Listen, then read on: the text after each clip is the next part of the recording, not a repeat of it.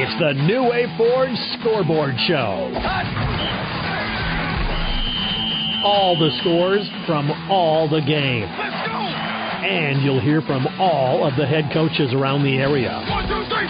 The New Way Ford Scoreboard Show is brought to you by Feldfire, Culver's, Next Gen Chiropractic, Quant Auto Salvage, New Way Auto Group, Outlaw Graphics, Gatorade, Des Moines Area Community College, DMAC, Mackey Motors, and Pizza Ranch. Now let's get to the scores from this week in high school football.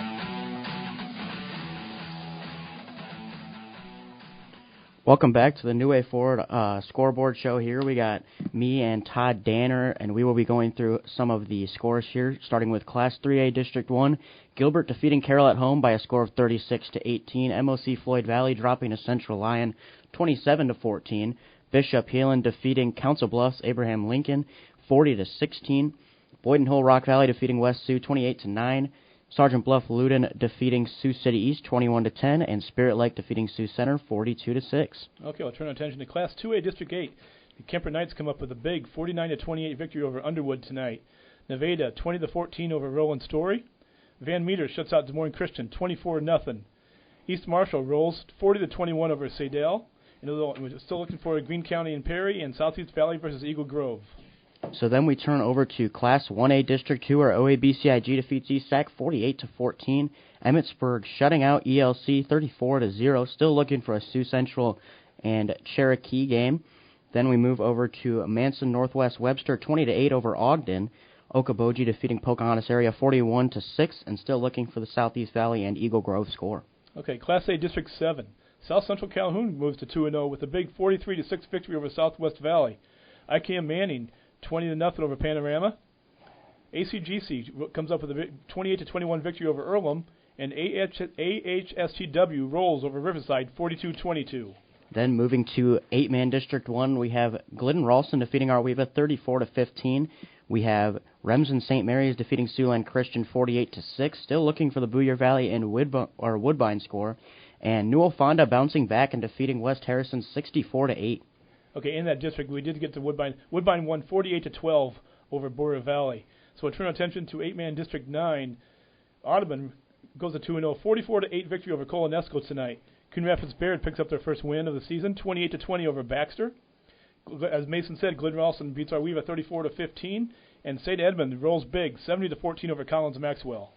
Me and Todd will be back after a short commercial break here, and we will hear from Coach Austin Stolk of the Arweva Rockets.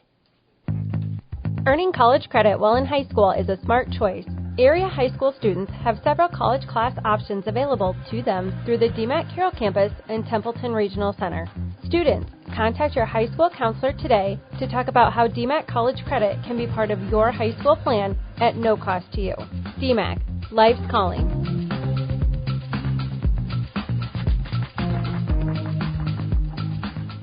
For high school athletes, every practice, every game, every rep matters. That's why Gatorade is here to keep you at your best. Packed with electrolytes, keeping you hydrated and energized so you can push harder, play longer, and recover faster. On the field, court, or track, let's go! Gatorade gives you the fuel you need to perform at your peak. No matter the sport, no matter the challenge. Gatorade, fueling the future of sports. One high school athlete at a time.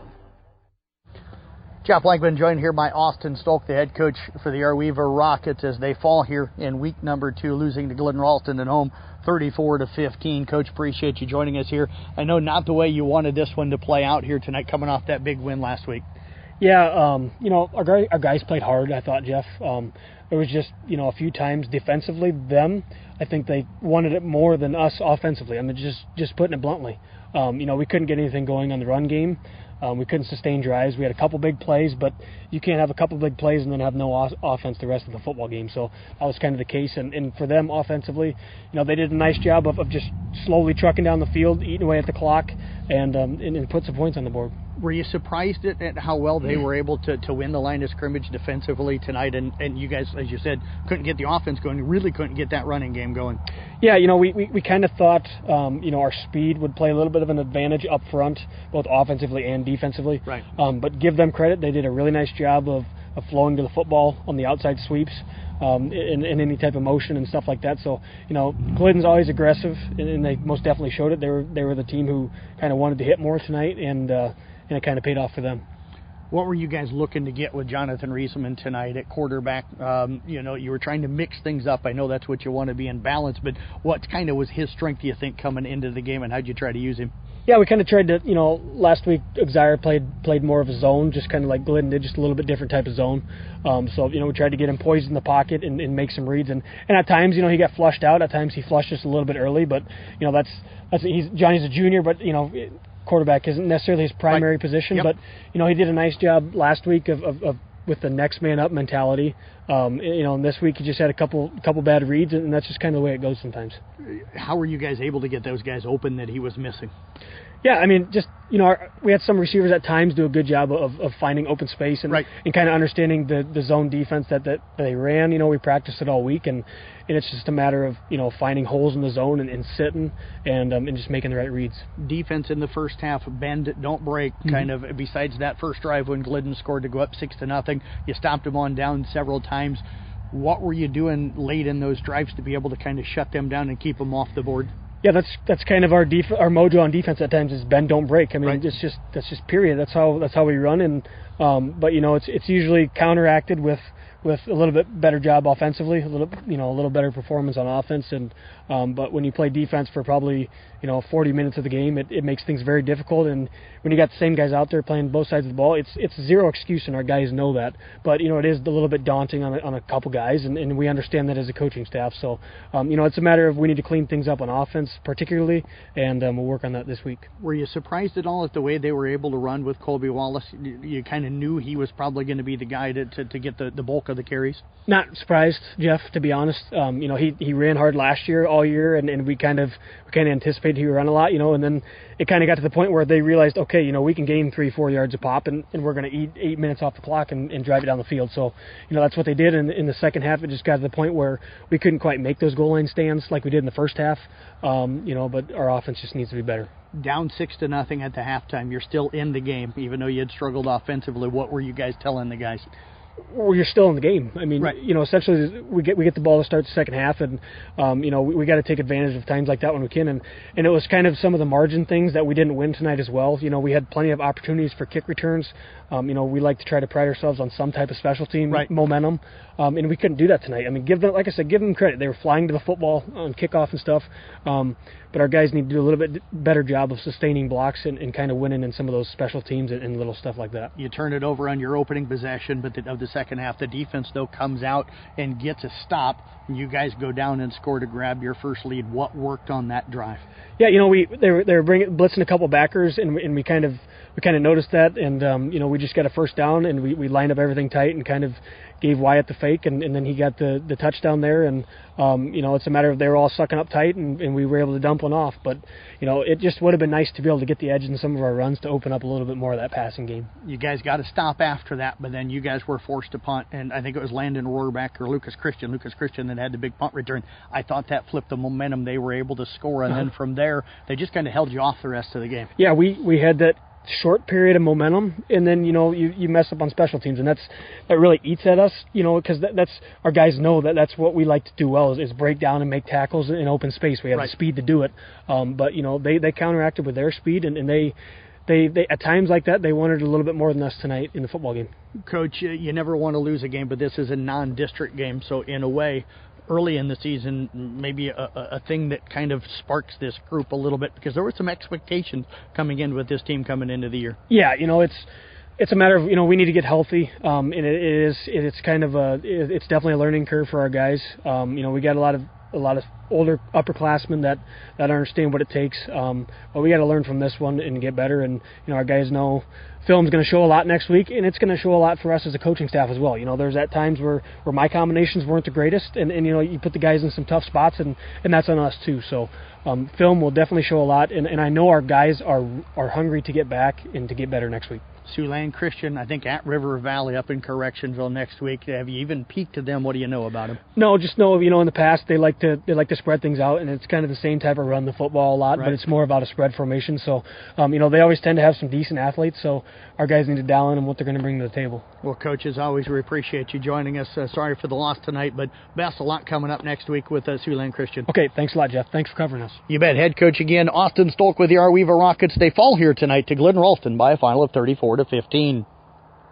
Feld Security of Carroll is the choice of homeowners and business professionals. They choose Feld Security because of the local and prompt service, 24-hour technician support, and the ability to control their security from their mobile device. That makes keeping your property safe even easier. A professional Feld representative can help you create a protection plan for your home or business. No matter what you're trying to protect, they've got you covered. Feld Security of Carroll proudly supports all our area high school athletes. For more than 40 years, Culver's has brought you fresh, never frozen deliciousness. And since 2012, we have been proud to serve the Carroll community. From mouth-watering burgers to our one-of-a-kind custards, our goal at Culver's is simple. Satisfy your hunger with the highest quality products delivered to you with a smile. Whether you are a coach, player, or parent, Culver's is the perfect destination to build team spirit. Come celebrate 12 years in Carroll with us. Culver's, welcome to Delicious. Since 1968, Mackey Motors has been serving Lake City and the surrounding communities with new and certified pre-owned vehicles. Mackey Motors is a full-service dealership providing oil changes in our Quick Lube Express bays, a service department with world-class trained technicians, a body shop and collision center with the latest equipment, a full vehicle detailing department, or come talk with one of our highly knowledgeable sales staff. Recipient of the GM Mark of Excellence Award for 15 years running. Together, let's drive at Mackey Motors in Lake City, MackeyMotors.com. When you buy from a local business, like one of the New Way Auto Group dealerships, the money stays right here in the local community. Supporting local businesses helps our local economy, and that lets us help local organizations, schools, and giving back to our community. Good luck to all players from the New Way Auto Group dealerships with locations in Coon Rapids, Jefferson, and Pocahontas. New Way Auto Group, home of warranty forever. Welcome back here to the New Way Ford Scoreboard Show. Tom Hawkap along with Carroll Tiger head coach Craig Roeder as the Tigers drop a tough one to a good Gilbert squad, 36-18. And Coach, I know it's a tough loss, but you guys held in there really solid in the first half, and it looks like maybe that Hawthorne and that big offensive line for Gilbert just leaned on you a little too hard in the second half. Yeah, it's kind of the story of the night. We got a little banged up early, too, with Tatum Peterson kind of not playing after the first quarter. So for having the lead at halftime against that type of an attack and caliber of players, we felt pretty good there at halftime. But, yeah, that's the thing about the old double wing offense. They'll grind you and, just kind of wear you down at the end. I thought in that first half the defense did a good job. They stayed in there. They kind of plugged the holes up the middle. He might have got 3 or 4 each carry, but he wasn't getting the big ones. Yeah, and that was designed. Coach Noggle, we just said we're going to make them beat us with something else and running right at us. And, they were stubborn. They kept at it, but we kept 6 guys right on the inside. And, ultimately that's why we gave up a couple along the edge there, is just because we were focused on making them beat us with something besides that inside run. Let's talk a little bit about the offense. A great start. You come out, you have kind of a short gainer on the first play and then hit a quick slant that just goes the distance from Essick to Zigman. I mean, it just was enough to stretch the field a little bit, it seemed like. Yeah, we wanted to see what they were doing on our first play, run design, and then we just threw a little RPO on it on the backside. And their linebackers, we knew they were aggressive and really good, so they came biting up on the run again, and we just hit him with Reese had that little slant, and it was a little, shouldn't say unexpected, but once he had a step on their safety, I knew they weren't going to catch Reese.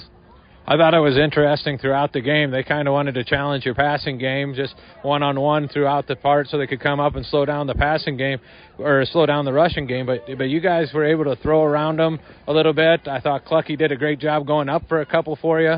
Yeah, they've Carter and Owen have been playing catch for a lot of years, so he's kind of his safety valve and security blanket, if you will. But we liked our matchup. We even moved, made it a little difficult when Tayden was out on offense, because then Reese kind of becomes our main ball carrier. But we liked his matchup in the passing game so much, so we rotated a couple young guys. Adam Malik got some action tonight for the first time at the varsity level. And I thought, he did, for a sophomore coming in, throwing into the fire against a team like that, he did a nice job. But we liked our matchups with Reese as we moved him around. Unfortunately, we need Reese on defense too, so he was getting a little tired towards the end. But we thought we did have some mismatches in the passing game. As you look forward, you got Denison next week, if I recall right. What do you got to take from this game to go up against that team? I think if we just play physical like we did, the early on here, we should be all right.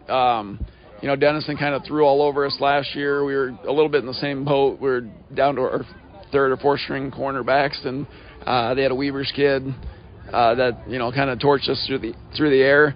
So I'm not sure we haven't really taken too much of a look at them yet. But I think if we stick together like I think they will with our senior group, I think just being physical and staying together, I think that'll be a good recipe for success for us. Let's talk about the injuries just a little bit. Are these looking like they're going to be long-term type things? I know a few of them probably have to get checked out in the morning. Yeah, Tayden's just a little hip issue right on the back side. I'm guessing it's muscle related. Nothing, no broken bones or anything like that. A lot of ankles. But again, when we're running a 6-man defensive line, they're running double wing. There's a lot of piles and a lot of twisting going on. So I think mostly it was ankles, which just takes a little time and some tape, but nothing season ending or anything like that. How do you find some of these fast kids? You've had Reese Zigman the last couple of years, and then tonight returning kickoffs for you. I believe his name's Childress. I mean, just kind of fast, shifty, and he's got some good eyes on him for a young guy. Yeah, Traven's he's a little small in stature, so if you're a little small, you better be fast, and he is. And he was another one that when we were moving Reese around, we kind of put him in the slot too. He had a good JV game on Tuesday night for us, and so we gave him some shots tonight, and he returned kicks for us last Friday as well. But I'm a lot biased actually with the track program, but get these fast guys to run track, and that kind of produces itself. 2 games in, what's the biggest thing this team has to do to continue the success? I think, like everything, just stick together, limit turnovers. That was probably the name of the game tonight, is we just turned it over a couple in some crucial spots where if we could have marched it a little bit, because I thought we did pretty good on ball control, kind of keeping it out of their hands. But I think just limiting turnovers and sticking together, I think if we can do that, we're going to win a lot of ball games this year. Coach Roeder, I appreciate your time. You bet. Thanks for the coverage, and go Tigers. That's Craig Roeder for the Carroll Tigers. They fall 36-18 to Gilbert at home tonight. You're listening to the New Way Ford Scoreboard Show. Outlaw Graphics is your local promotion and sign company. Outlaw can do it all, from vehicle graphics to promotional items and all the signage you need. Outlaw does it all, no matter how big or how small your order is. If you need thousands of items for your business, talk to Outlaw. Work with Outlaw's designers from start to finish. You're going to love the results. Call the Outlaw. Outlaw Graphics, 775-2599. Outlaw Graphics in Carroll. Family owned and operated since 1948, Quant Auto Salvage is the area's best full-service scrap facility. Whether you're looking to sell scrap iron, vehicles, or batteries, or you need to locate that difficult-to-find part for your vehicle, they have what you need. And if it isn't in stock, they can locate it with their nationwide parts database. Quant Auto Salvage. They sell the best and recycle the rest.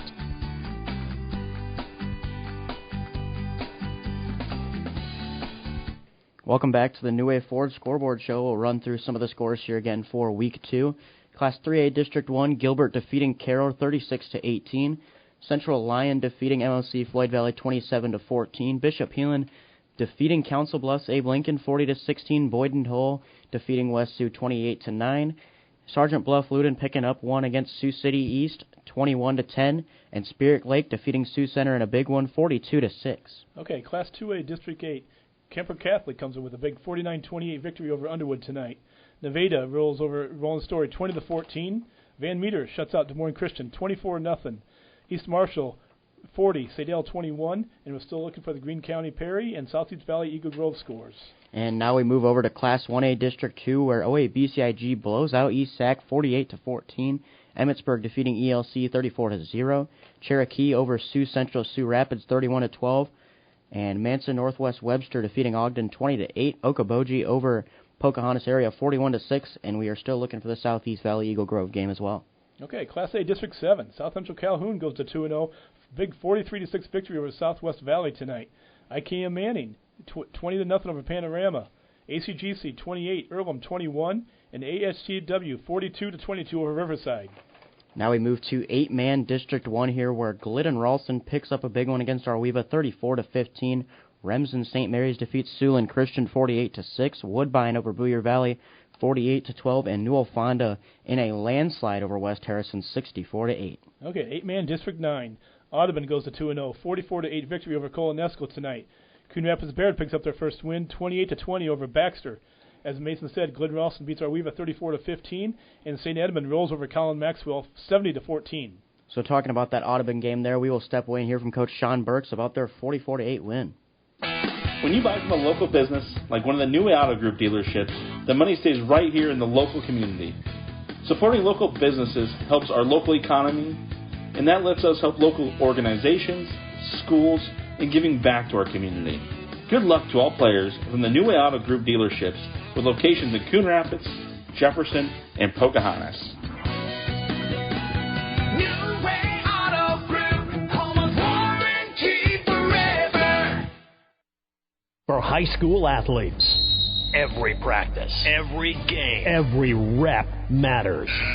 That's why Gatorade is here to keep you at your best. Packed with electrolytes, keeping you hydrated and energized so you can push harder, play longer, and recover faster. On the field, court, or track, let's go! Gatorade gives you the fuel you need to perform at your peak. No matter the sport, no matter the challenge. Gatorade, fueling the future of sports. One high school athlete at a time.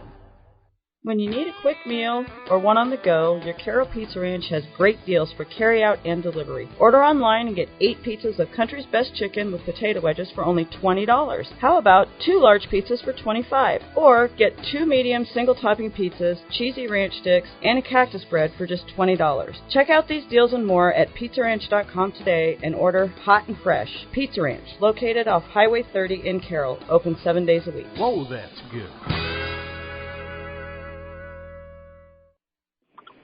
Welcome to the New Way Ford Scoreboard Show. With me now is the victorious Wheeler coach, Sean Burks. Congrats on win number 2 with a 40-48 win over Colonesco. Thank you. Appreciate it. It's always good to come out of the win, and, I mean, there's plenty of things to clean up, but our kids are showing so far through 2 games that we have a lot of potential. Well, yeah, okay, so you said before we started talking, first couple of series were a little rough. Why don't you run us through what happened early on and get us to the first half? Yeah, we came out, first 2 drives didn't score. First drive we ended up throwing an interception. Second drive went 3 and out. They moved the ball a little bit, but I think they ended up with 2 3 and outs as well. It was a little pretty defensive first quarter, and then we really settled in. I think ended the half on 3 straight touchdown drives, and then had 1 punt late in the second quarter, and then came out in the third quarter and had 3 straight touchdown drives. And I think of those 6 touchdown drives in the second, third quarters and early in the fourth quarter, something like 5 of the 6 drives were over 50 yards, and the other one was about 30 yards. And it wasn't like we had a great field position or anything like that. Our kids did a really good job of putting drives together. I think one was a 12-play drive, one was a 15-play drive. We overcame a lot of penalties. I think we had 11 for about 100 yards of penalties almost. So even when we shot ourselves in the foot, we were able to recover. Early in the game, we weren't doing that. So proud of the kids the way they responded at halftime. Really challenged them at halftime to play better. Came out of the second half and went 15-play scoring drive. Got a stop with an interception, and then turned back and had an explosive play, a quick, I think, 3-play scoring drive after that. So, I think we pushed it to, I think it was 38-8 or 36-8 at that point in time, where the third quarter really felt like it was in control, and then ended up getting a touchdown in the fourth quarter to get the continuous clock going, and then the JVO and JVD each got a drive late. All right. So I caught a comment, about penalties.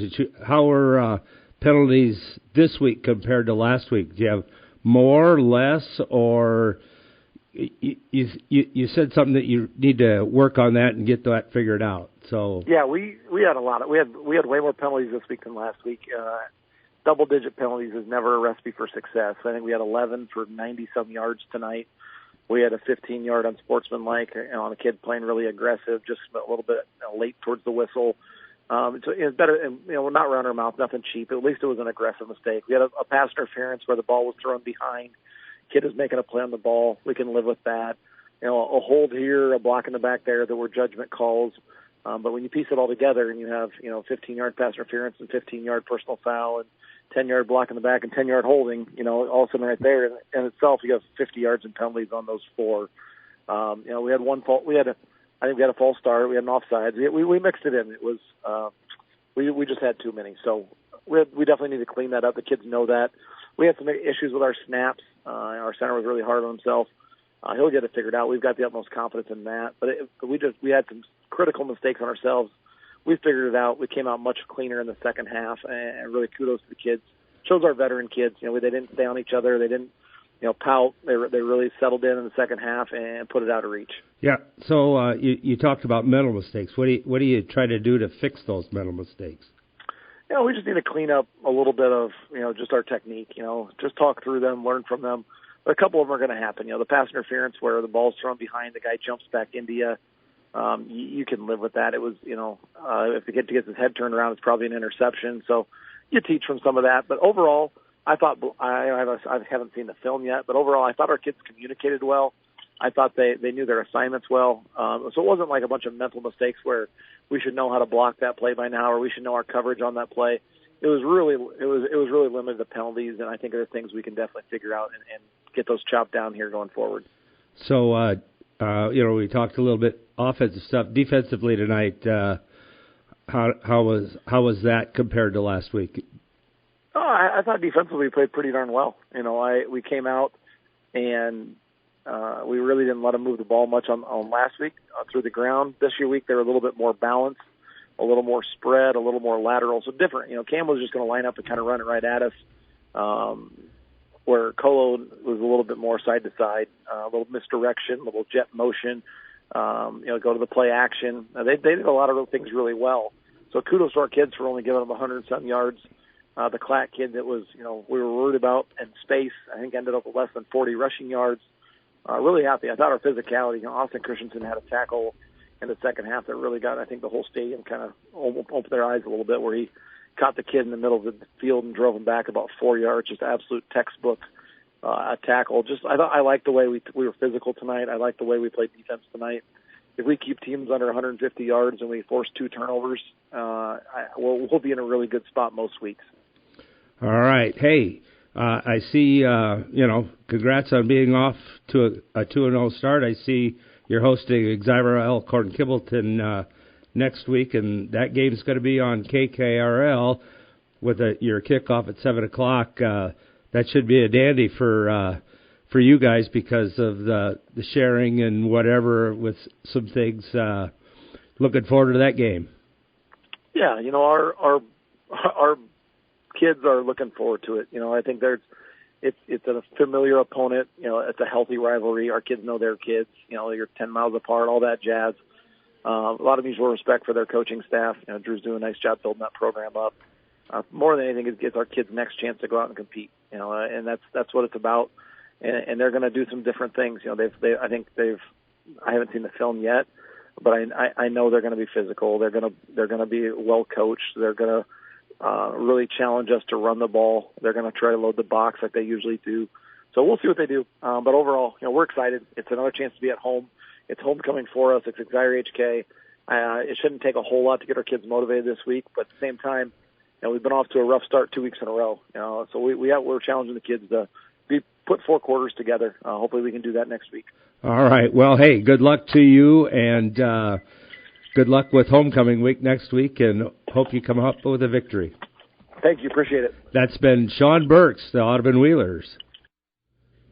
Hey, sports fans. This is Nate Luth from Next Generation Chiropractic. Call today to schedule your detailed spinal analysis and comprehensive chiropractic adjustment to keep you performing your best. Or enjoy a session in our new infrared sauna to facilitate recovery and give your immune system a boost. For any questions or to schedule, call Next Generation Chiropractic at 712-775-2295 or swing by 1121 Plaza Drive right next to the radio station.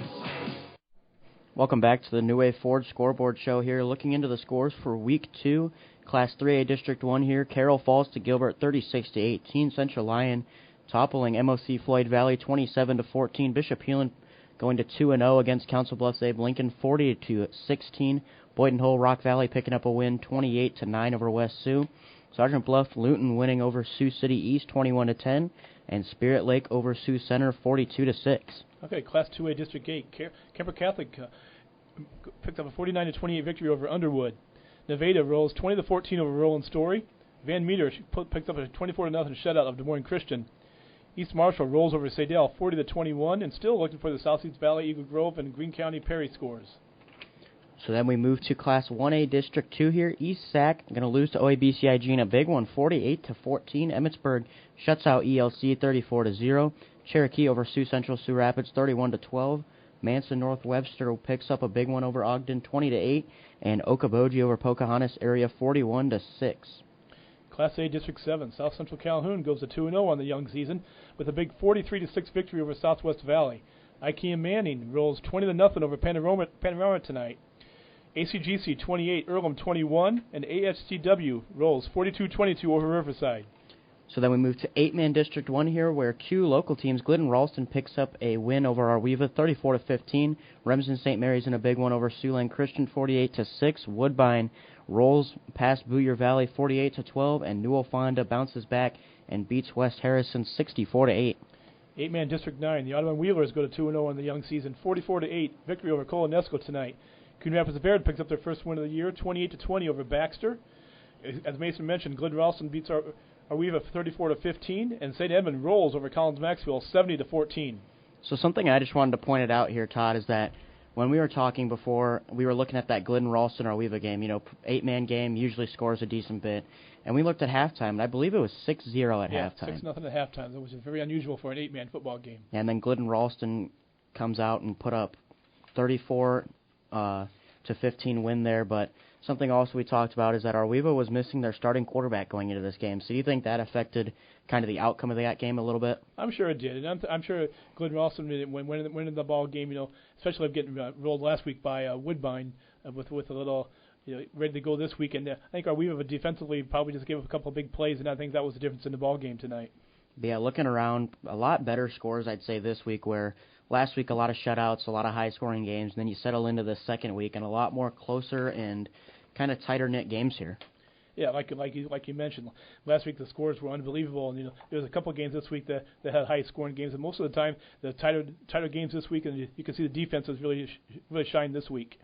Yeah, and then the final one I kind of wanted to point out here is that Class 3A District 1, you look at Carroll, who last week rolled over Greene County with a really good run game. They come into their first home game this year and lose 36-18 to a Gilbert team, but kind of the star of that game, Will Hawthorne, the running back for the Gilbert Tigers, 200 yards and 4 touchdowns, and they put up 29 unanswered points in that second half. Yeah, Gilbert's always got a lot of tremendous athletes, and it looks like this year they have another good one there in the Hawthorne kid. And I think the score that stands out to me is maybe not as much as they won. The South Central Calhoun 43 points tonight against Southwest Valley to go to 2-0 in the young season.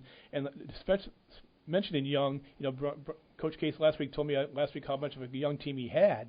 and that he was surprised at the way they handled the opponent last week. And I'm sure this week, after talking to him and listening to his interview, they'll probably say the same thing, that his kids a lot of his young kids are stepping up, and I think South Central Calhoun's going to be a team to contend with.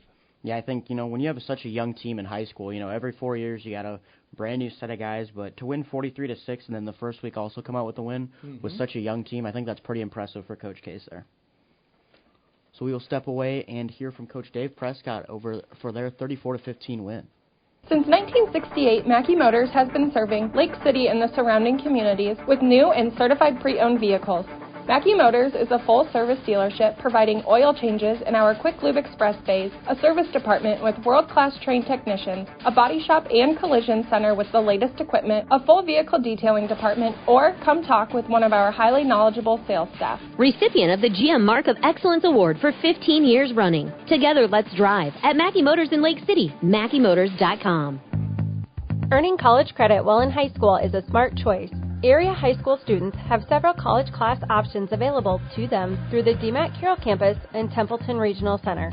Students, contact your high school counselor today to talk about how DMAT college credit can be part of your high school plan at no cost to you. DMAT, life's calling.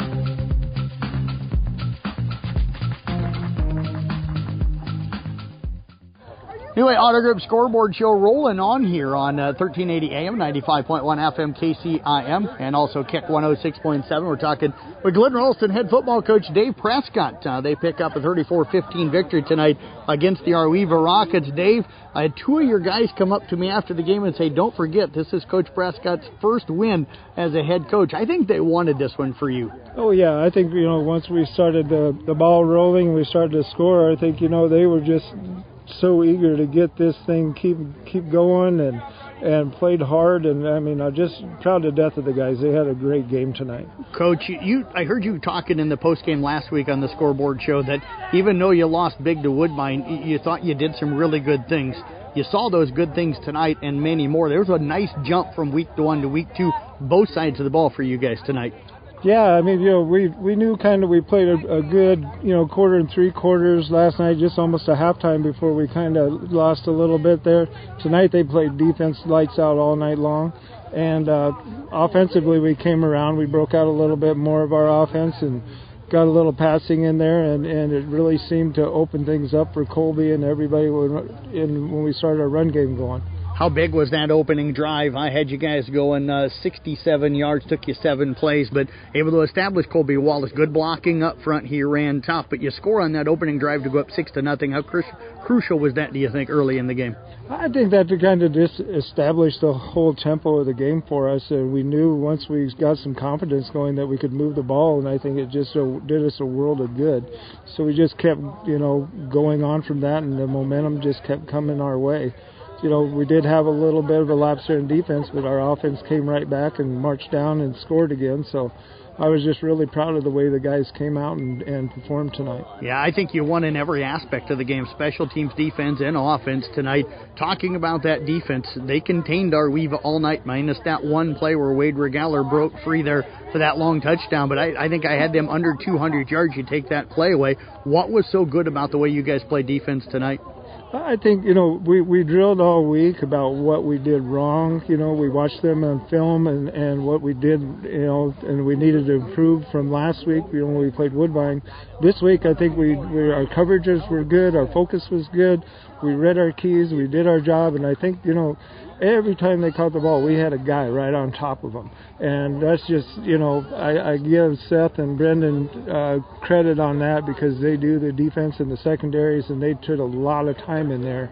And it really shows the guys are pretty sharp out there. Yeah, you guys were breaking on the ball right away tonight, and physical at the point of attack on the defensive side of the ball.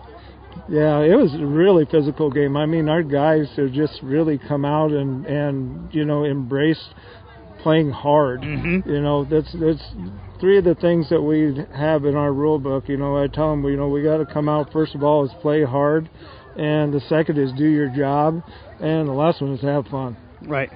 Waylon Hine and those guys up front tonight got a lot of pressure on Jonathan Riesemann. Never really allowed him to set his feet tonight and try and find any open receivers.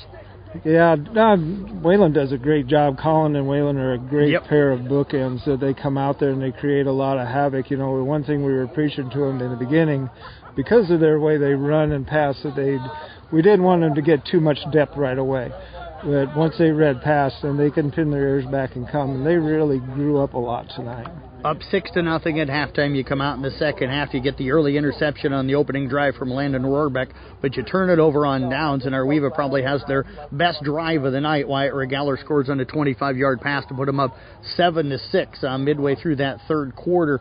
You guys turned it over on downs, but forced punt. That was huge, and you got a big punt return that I think kind of got the momentum back in your guys' hands. Yeah, Lucas got a hold of that thing, and he really kind of weaved his way around there and got us into some good field position. And I think that just kind of took us back and grabbed the momentum right back from them. You know, they came down and scored, and, you know, we kind of have a rule. We just kind of tell you kids you got to have a short memory. Right. So when Arweva scored on us, we said, hey, you know, it is what it is. You got to forget about it and you got to go on. And that play just really helped spark us to get back into it. Because then we scored several times right after that. And you guys kind of found something it looked like in the short pass game in the flats. What did you see on film where you felt you could attack there? Well, they kind of have a zone man principle. They kind of sit in there and they don't really play you man, but they play the guy that comes into your zone and then they cover you. So I thought maybe we could get some quick crossing routes and get some quick hitters that would go. Also, we could see that, you know, they were playing us pretty inside, and we had a little bit of height advantage on them with Dawson Majerus and Wayland. So we tried to get some of those passes out into the flats where we could be more manageable for them to catch it. You talked to me here a little bit ago. You thought maybe you wore them down as this game went on, and you kept being able to answer anytime they would score late in the game. You guys scored, and you were able to pull back away. What is it with this team and the conditioning that they seem to love it?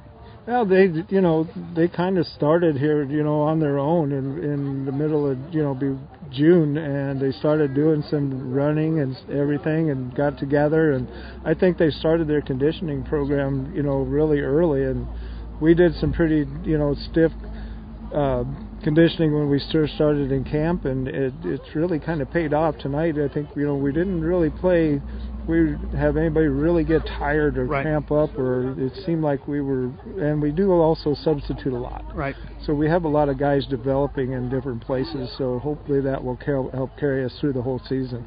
Coach, last week the offensive line young with Daniel Toth, the only guy that really had experience.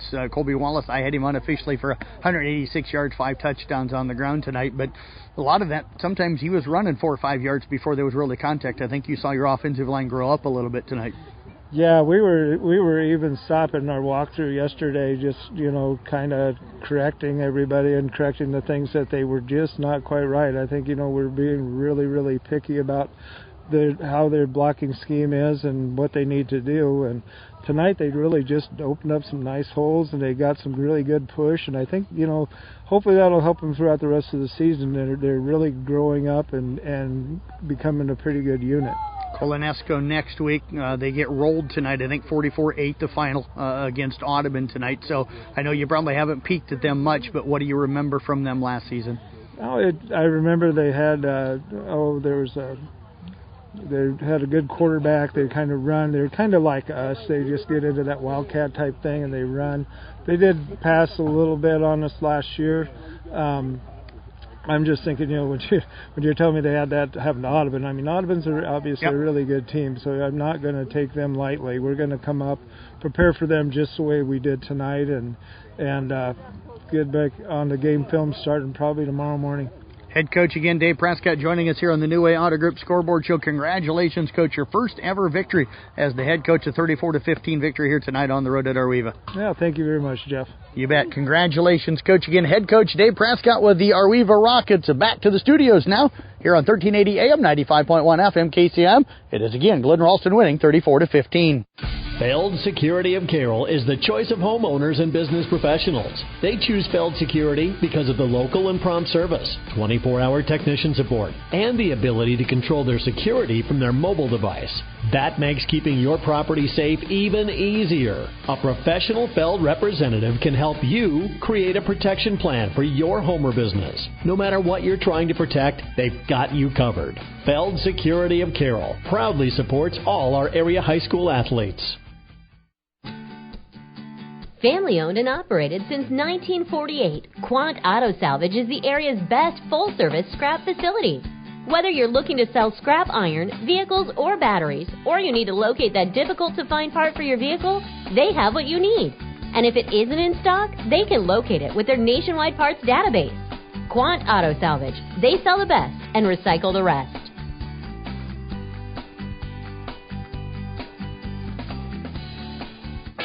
When you buy from a local business, like one of the New Way Auto Group dealerships, the money stays right here in the local community. Supporting local businesses helps our local economy, and that lets us help local organizations, schools, and giving back to our community. Good luck to all players from the New Way Auto Group dealerships with locations in Coon Rapids, Jefferson, and Pocahontas. New Way Auto Group, home of warranty forever. Welcome to the New Ways Ford Scoreboard Show. With me tonight is Chris Moore, the head man at the Coon Rapids Baird Crusaders, and they're fresh off their first win of the year with a 28-20 win. Oh, a 28-20 win. I was on the wrong page. Sorry there, Seymour. That's all right. Hey, you have to be excited about improvement from week 1 to week 2. So fill us in about what you thought was the highlights of the first half of the game and your improvements that you made after week 1 to week 2. Yeah, it was just a back-and-forth game. We did have the lead 12-8 after the first quarter. Then going into halftime, we trailed 14-12. Again, a second quarter. Last week we gave up 31 points in the second quarter, and this week and didn't score any points. Again, this week don't score any points, but at least we held them to 6. And then it was a scoreless third quarter for both teams. And then we ended up getting a late touchdown from Caden, big run for 44 yards. And then freshman defensive end, Eli McAllister, we got the quarterback scrambling, and he made an in-device pass, and Eli picked it off and returned it for 35 yards. And then we hit with our two-point conversion. We hit Tyler Moore on a center-eligible pass, and that put us up 28-14. They ended up going down and scoring with 4 minutes and 50 seconds left, and we stopped the two-point conversion to make it 28-20. And then just our offensive line and then our backs just imposed their will on the Baxter, and we ended up running the clock out, driving the ball down. We were first and goal, and just ran the clock out with the win. So it was just a great team effort, a lot of heart these kids showed. Just proud of them, and we had a great crowd supporting us. So it just meant a lot to me and the team and the other coaches. Oh, it sounds like it. So what kind of things did you focus on this week? You come off a game that you were leading early, and then like you said, you had a bad second quarter, and then as I was listening to it last week, I mean the kids were just fighting back and forth and got themselves back into it, and then like you said, you had the kickoff. So what kind of things did you focus on to improve on this week? So made it into a victory tonight. We were just hard on ourselves, just critiqued ourselves, and last week we had the lead 18, I think 12 or 13 after the first quarter, and we had a mishandled snap. Oh, that was in the first quarter. We had a center quarterback exchange that we fumbled and set up, I think, their first score, and then we had a missed snap to go over our head. We just beat ourselves. We have low numbers. The heat kind of wore on us last week, and this week we just, worked on making sure everyone was on the same page, and just pushed one another and just slowed the game down, our offensive playbook, our defensive playbook, and just a lot of self-evaluation, just a lot of walkthrough, and the kids just responded this week, and it was so much fun. Oh, I bet you they were just happy as a lark tonight. Well, that's good. So who were some of your standouts tonight? Obviously, Tyler catching a touchdown pass. That had to be something. 2-point conversion, yeah. Oh, a 2-point conversion. He played his tail off on the offensive line for us, and then the other linemen, Nolan Miller, Chance Behrens, Logan Kenyon plays tight end. We use those guys just to block. Gavin Heiderscheit, Eli McAllister plays tight end guard, and for a freshman, he just a smart kid, and he can play all those positions. Those guys won it up front, but then too our backfield, Wyatt and Caden, Oswald and Ethan Bauer. Those guys just run extremely hard. Great cutbacks, see the field well. Just yards after contact was huge tonight. And just effort, like I said, just a great team effort from start to finish. Well, and there's with those three guys in your backfield, there's a little bit of speed there, though, too. I've seen them on the track. There's a little bit of speed there. Yeah, the tough kids too. Extremely absolutely. Tough. All right, I'm not finding my sheet here. I'm looking. Let's see. Who do you have next week? We got Collins, Maxwell next week over there. They won last week. I don't know how they did tonight. They had, I think they had Fort Dodge St. Ed's.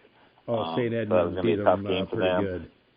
St. Edmund beat them 70-14. Okay. All right. They got a good quarterback. We're going to have our hands full containing him. He's a really good athlete. We just got to continue to get our run game going again. That was huge tonight. And then too, we just got to get kids healthy. We got kids playing both ways. We got low numbers, and so we just ask a lot of our kids, and they respond. And we just got to get them healthy from week to week. All right. Well, hey, good luck to you and Crusaders next week, and hope you come home with a victory.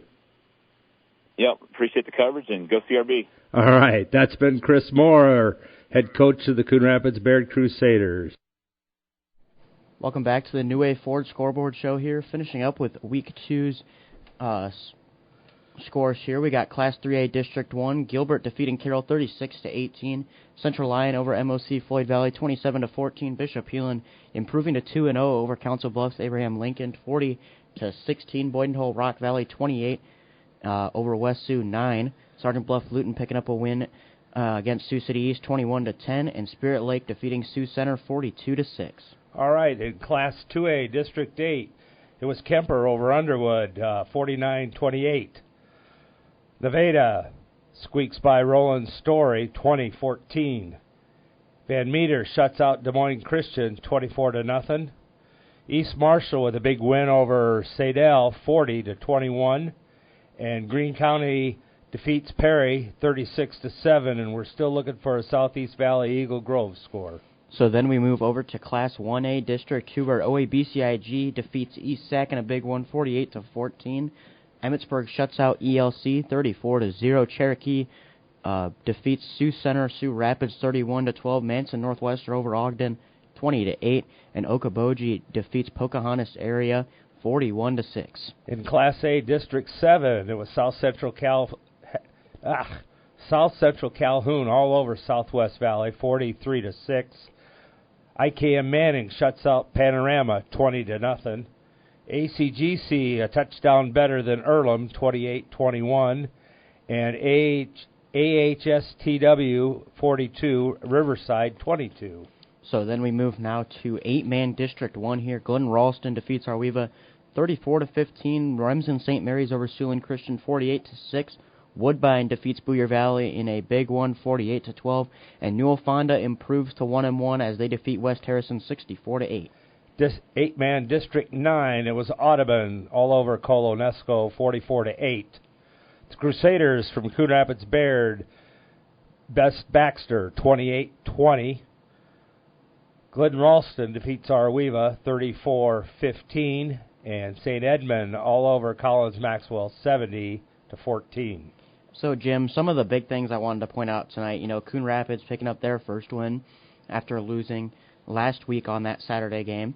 And then Coach Dave Prescott's first win as a head coach for the Glidden Ralston Wildcats, 34-15 over Arweva. And that was something we heard in the interview going on earlier, is that some of the guys came up to Blankman after the game, and they were like, hey, make sure you shout out Coach Prescott, make sure you shout him out, first win on the year.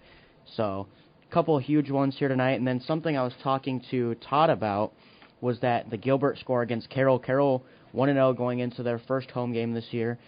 It was a very close one throughout, but 29 unanswered points in the second half by Gilbert, and a somewhat insane performance from Will Hawthorne, 200 yards and 4 touchdowns. Yeah, that's something. When I got here, it was 18-15, Carroll. So, and that was right at the end of the third quarter, I believe.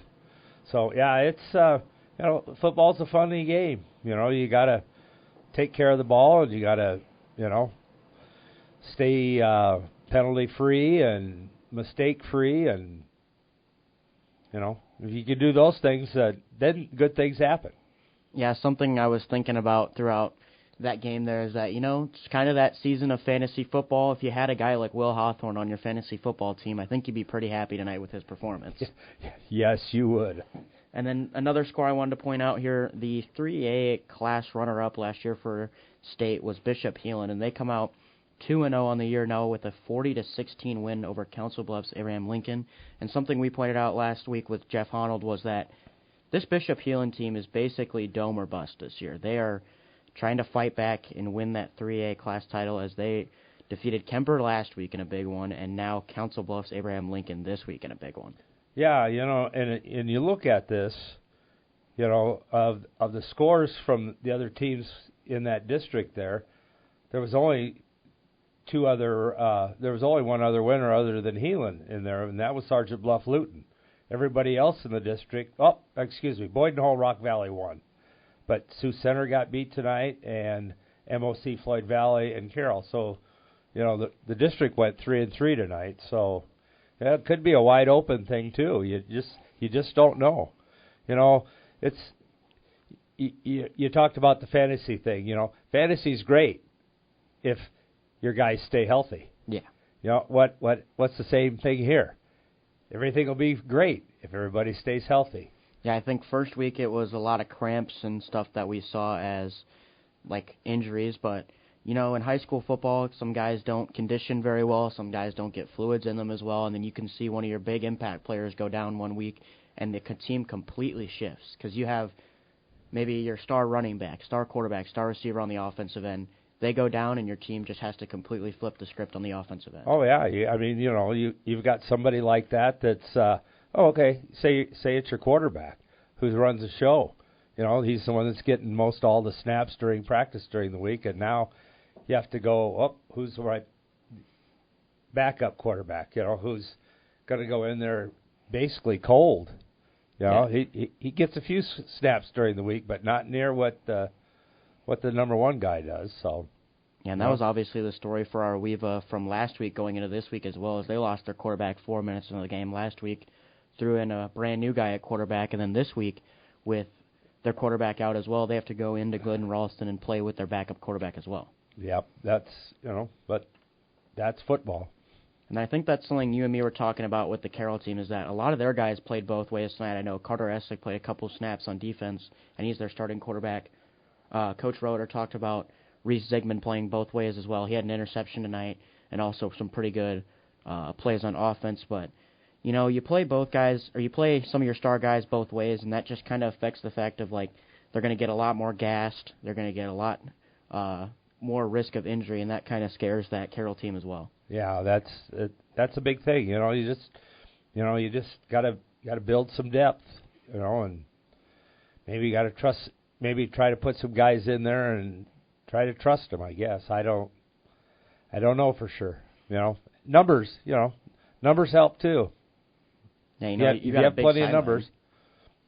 I don't know. In talking to Sean Burks tonight, he said I want to think before we start talking in the first half or maybe but talked about using 14 different guys on offense and 14 or 15 different guys on defense because of little nicks and bumps that guys had to come out for a couple plays, but then they'd come back in and so things like that. So it helps to sometimes get people in and give them a shot, see what happens. And then another local score coming out of Class 2A District 8 that I looked at was Kemper bouncing back and defeating Underwood 49-28. I heard when I was listening over on Kick is that the Kemper offensive line did their job very well and allowed Kemper to open up the offensive game plan and run the ball very efficiently. So obviously we'll probably hear that from Coach Steinkamp coming down in this second hour here, but what do you think about that Kemper game? Well, it sounded like they just got things rocking and rolling that second half, and every time we turned around, we heard Nick getting excited about some play, good defensive plays and offensive plays, and just kind of things are starting to click maybe, and that's what I'm sure that's what Coach Steinkamp wants, is things to start clicking and start gelling, and so they can get on a roll and build off of it and go into next week and hopefully put up another W. Yeah, and then I was saying last year it was kind of the similar stories that they lost to Heelan in the first week. Then the second week, unfortunately, they lost to Underwood last year. But this year they come in and beat Underwood after a slow start against Heelan. Going into district play here, do you think Kemper is going to kind of be that same powerhouse? Or do you think that district might be a little more closed and a little more tighter than last year? It's hard to say.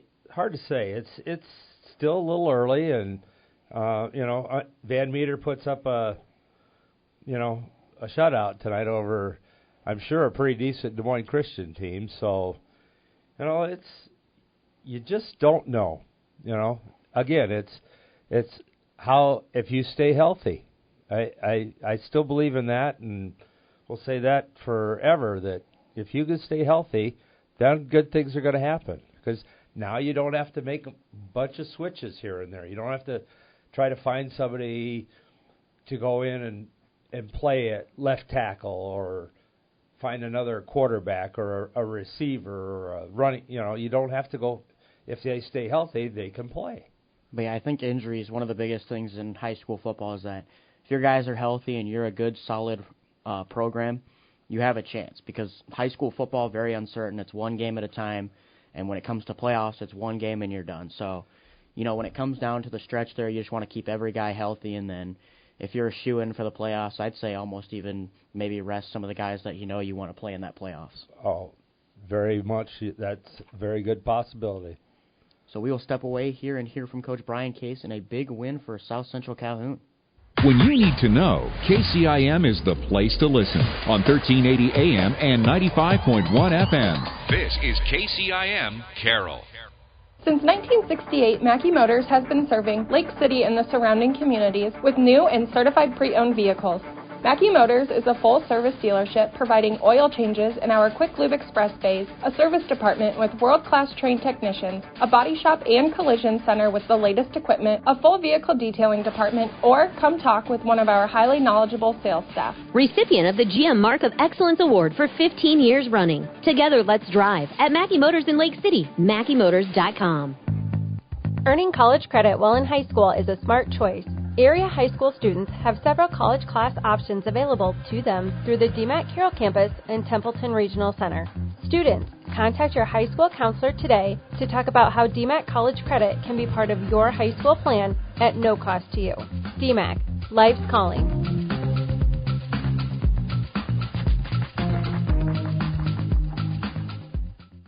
Welcome to the New Way Ford Scoreboard Show. With me now is the victorious South Central Calhoun Titan coach Brian Case, fresh off a 43-6 victory tonight over Southwest Valley. Congratulations, Coach, and tell us a little bit about your game. Thanks, Jim. Hey, we're happy with the win, no question about that. put up 43 points, gave up the 6 again. But I'll be honest with you, it was really tough, a tough go here at the beginning of the game. We didn't score at all in the first quarter. Scored a couple of times in the second quarter. Just really did not execute very well, to be honest with you. And it really kind of just started at the onset. We just had an eerie feeling about our kids. It just felt like we were just kind of going through the motions and so forth. And it just took us a while to kind of get going, kind of settle in with things. We missed a couple of receivers early on. You know, we had some great yardage. I think we ended up with 336 yards rushing. We ended up with 237 yards passing. So we actually did a nice job as far as yardage was concerned, but it just took us a while to get going, and I'm not so sure why that happened. But hopefully we can kind of correct that stuff moving forward.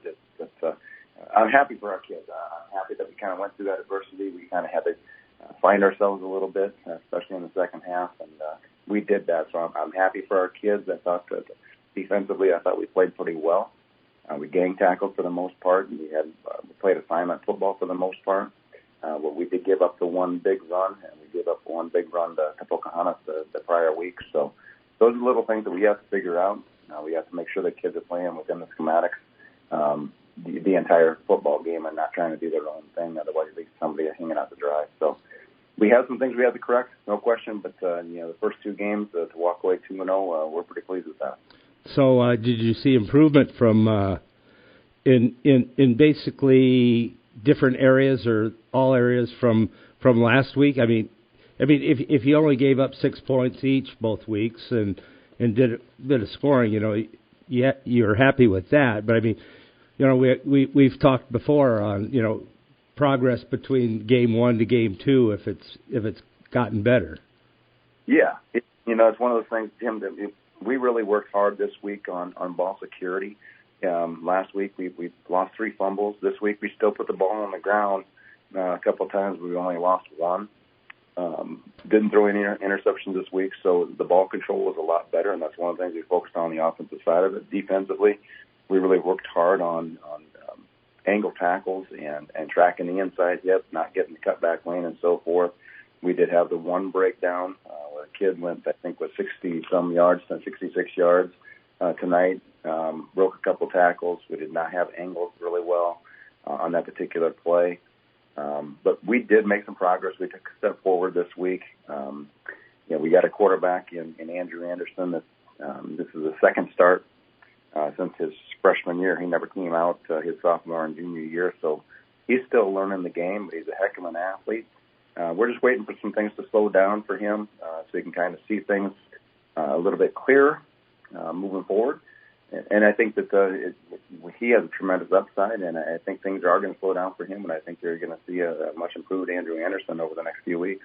So who were some of his targets tonight? And you made a comment that you threw for over 200-some-odd yards tonight, so he obviously had a good night, but who was on the other end of the receiving of the his passes? We had 6 different receivers out there tonight, and we had 7 different people that were rushing the ball as well, and it just made it pretty tough on their defense as far as what we were trying to throw at them. So, as far as receiving is concerned, Charlie Natchez was our leading receiver, 77 yards with a touchdown. He had 5 receptions.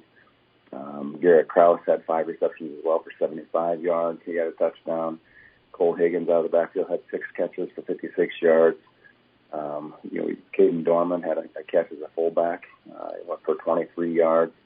We've got another couple guys out of the backfield, and Caleb Jewell and Hayden Stickrod both had receptions as well. So he spread the ball around. It was one of those things just early on. We were just not making connections that we thought we should be making. We had some drop balls early on and so forth. But once we found our groove, we actually looked pretty good here in the second half. Wow, it's kind of nice to find somebody like that can take over after, you graduate one that you had, and all of a sudden now this one comes up, and, man, he spread the ball all around the way it sounds, the way you were talking. Yeah, he did a nice job tonight. It just, like I said, things just need to slow down for him, and he made that comment on the field tonight. It just he felt like he was getting in too big of a rush. So he knows what he has to work on and so forth. and he will continue to work on that. It's just he's got a great supporting cast around him as well, and he's not focusing in on one guy. Obviously, when you have 6 different receivers out there catching the football, that makes it tough on the defense as well. Oh, absolutely. Hey, I see you hit the road next week. You head down to Riverside for a 7 o'clock kick down there. You don't have any injuries that you're looking at for next week or anything like that? You seem pretty healthy? We just got back, Jim, and Marshall Bunt's a sophomore lineman for us. Didn't play against Pocahontas. We just got him back for this game, and then he got rolled up on again tonight, the opposite ankle.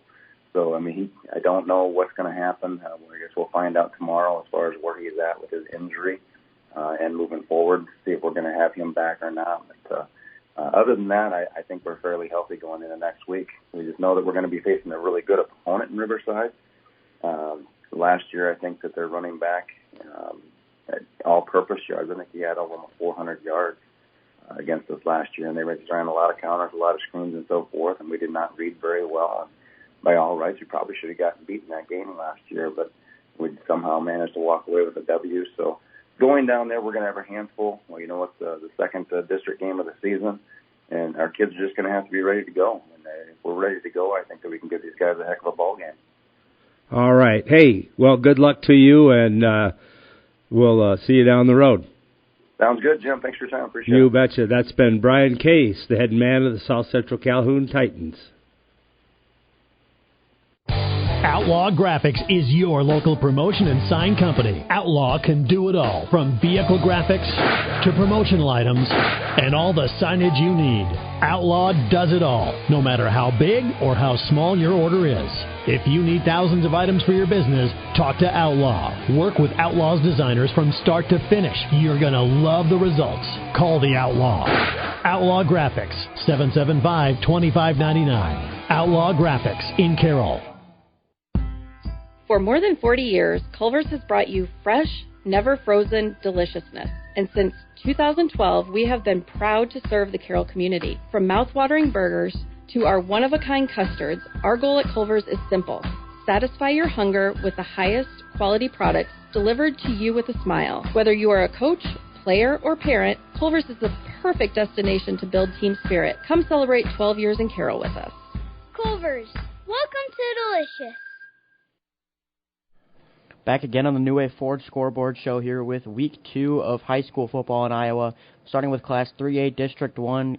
Carroll falling to Gilbert at home, 36-18. Central Lyon picking up one against MLC Floyd Valley, 27-14. Bishop Heelan improving to 2-0 on the year against Council Bluffs Abe Lincoln, 40-16. Boyden Hull Rock Valley with a win over West Sioux, 28-9. Sergeant Bluff Luton with a win over Sioux City East, 21-10, and Spirit Lake over Sioux Center, 42-6. Class 2A, District 8. It was Kemper defeating Underwood, 49-28. Nevada over Roland Story, 20-14. Van Meter shuts out Des Moines Christian, 24-0. East Marshall, big win over St. L, 40-21. Greene County defeated Perry, 36-7. And we still don't have a Southeast Valley Eagle Grove score. So then we move over to Class 1A, District 2, where OABCIG defeats ESAC 48-14. Emmitsburg with a shutout over ELC 34-0. Cherokee defeats Sioux Rapids 31-12. And Ogden lost to Mansa Northwest Webster 20-8. And Okoboji with a landslide over Pocahontas area 41-6. Class A, District 7.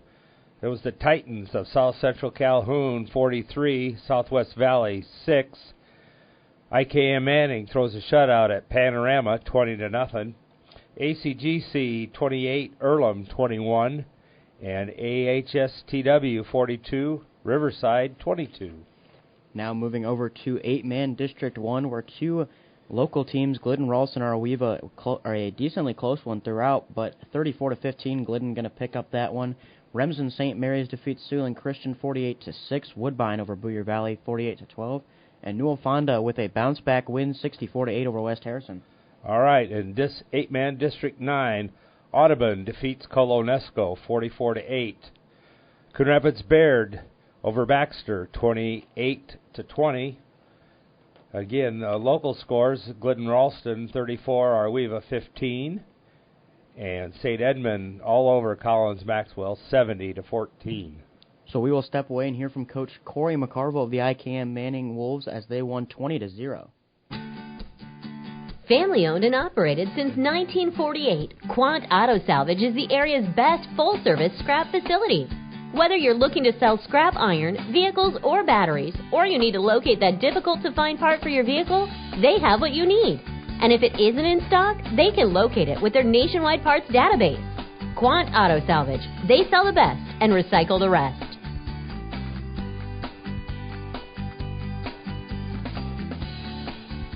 This is Todd Danner. We're with the New Way Forward Scoreboard Show. I'm talking with IKM Manning head coach Corey McCarville as the Wolves pick up a big 20-0 shutout tonight. So they moved at, 2-1 the young season? Yep. Corey, so tell me about the game tonight, the win tonight for you. How the team overall go tonight for you?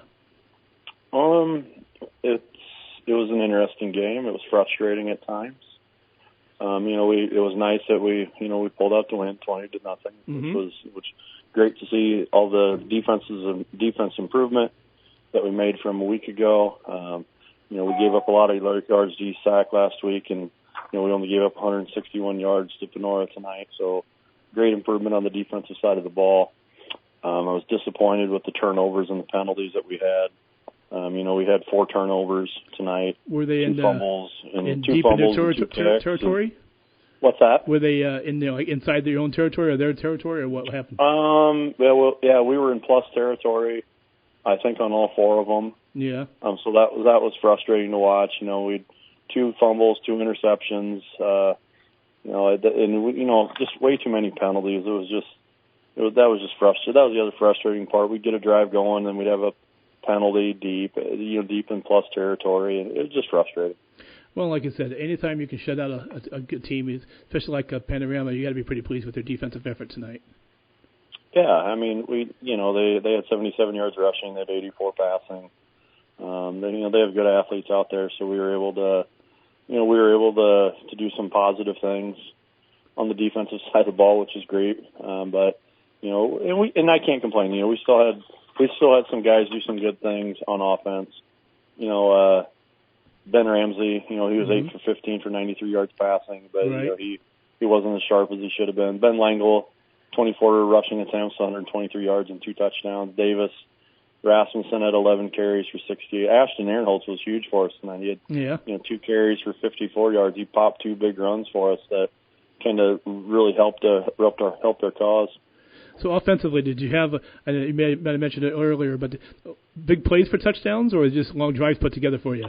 No, we put together some nice drives. In the first quarter, we put together, a nice drive. We got the ball, fumbled it, got a stop, got the ball back, put together an 8-play, 35-yard drive to go up 7-0, and then we really hurt ourselves the rest of the first half with turnovers and penalties. In third quarter, we really stressed that we had to put together a great drive.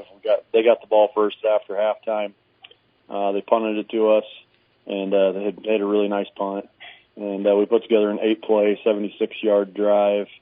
Ben Langle scored from 3 yards out to go up 14-0, and then we got the ball back and we were able to score again. 8 plays, 48 yards to go up 20-0, and we missed the extra point. So yeah. And did you come out of the game healthy, Corey? Yeah, as far as I can tell, everybody, there was always bumps and bruises along the way, but everybody seemed to be in good spirits in the locker room after, and I think we're okay. Well, I'll tell you what, after 2 weeks to be 2-0, you have to be pretty pleased with your effort. And like I said, next week you get your travel to Earlham. Earlham tonight lost 28-21 to ACGC, a very good ACGC team. You know anything about the Earlham team that you're going to be playing next week? Yeah, we played them last year. Coach Caskey does a fantastic job. They're extremely talented. I mean, ACGC's, I think, preseason ranked number 1. They brought a lot of guys back from a year ago. And, to lose the ACGC 28-21 kind of shows you that they're a very good football team, and it's going to be a heck of a challenge for us. So, Corey, looking at going into week 3, what are some of the things that you would like to see your team improve on going into the third week? Well, a complete game would be nice. We were good offensively last week, not so much on defense. Good defensively today. On offense, we kind of hurt ourselves. hopefully we can put all three phases of the game together, and we need to be better, throwing the ball. We're going to have to try to find some more plays in the passing game a little bit. I mean, 8 for 15 for 93. Ben does a great job there. Yep. But he did throw 2 picks, and we got to continue to grow there. All right, well, I'll tell you what, Corey, congratulations on the win. Like I said, 2-0 on the season. You could go into the week 3 at Earlham, and I want to thank you for the time, and good luck next week. Thanks, Todd. Okay, thanks a lot, Corey. Yep. That was Corey McCarville, the IK Manning head coach. When you need a quick meal or one on the go, your Carol Pizza Ranch has great deals for carry-out and delivery. Order online and get 8 pizzas of country's best chicken with potato wedges for only $20. How about 2 large pizzas for $25? Or get 2 medium single-topping pizzas, cheesy ranch sticks, and a cactus bread for just $20. Check out these deals and more at pizzaranch.com today and order hot and fresh. Pizza Ranch, located off Highway 30 in Carroll, open 7 days a week. Whoa, that's good. When you buy from a local business, like one of the New Auto Group dealerships, the money stays right here in the local community. Supporting local businesses helps our local economy, and that lets us help local organizations, schools, and giving back to our community. Good luck to all players from the New Auto Group dealerships with locations in Coon Rapids, Jefferson, and Pocahontas.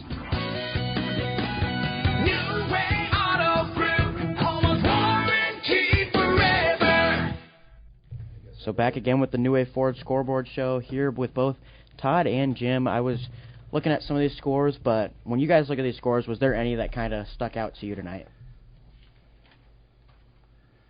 Well, I think that like we mentioned, talked about earlier, the South Central's Calhoun score. Putting up 43 points against Southwest Valley, and the Titans going to 2-0 on the young season. I'm sure Coach Case is very excited about his squad heading into Week 3.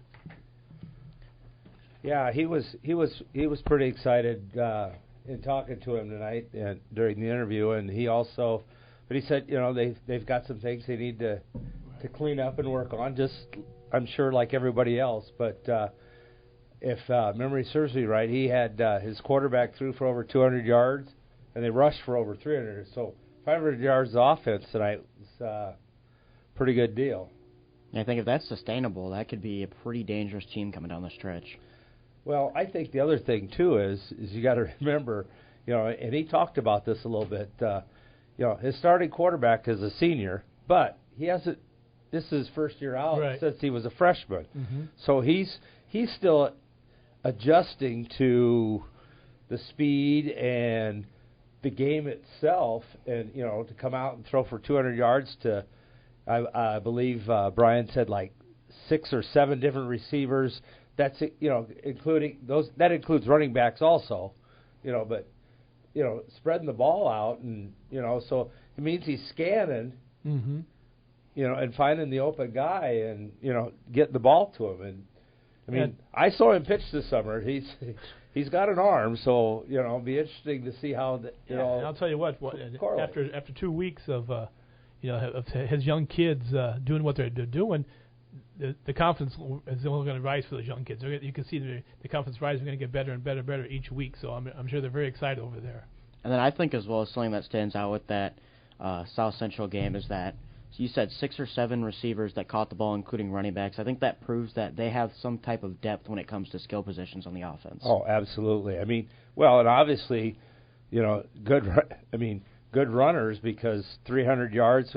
And again, that was over 5 or 6 guys too that he, that he has running the ball. So yeah, that's good. And it also says another thing too. Is your offensive line is doing a good job with pass blocking and or run blocking. Mm-hmm.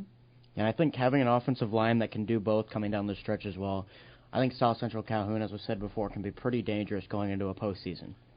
Definitely. And then the second thing that kind of stuck out to me was when I looked at Class 2A District 8, we were looking at, who could go out and beat Kemper. I kind of pointed towards Kemper being going through again, but then I looked at Van Meter a little bit closer. They shut out Des Moines Christian 24-0, and I thought last week, I was like, who did Des Moines Christian play? They went and they blew out Pella Christian. I think it was 49-something. It was a huge win. So I think Van Meter, if anyone in that Class 2A District 8. I think it's going to come down to Kemper and Van Meter. Well, that's possible too, but don't want to say anything bad, but Pella Christian kind of got blown out again tonight, so I don't know how real good Pella Christian is. So, but I believe, I want to think, didn't Des Moines Christian win last week, right? Yeah, I think they blew out the team they played last week. Right. Yeah. So so Des Moines Christian's not a slouch team. No. And now you go throw a goose egg at them. Right.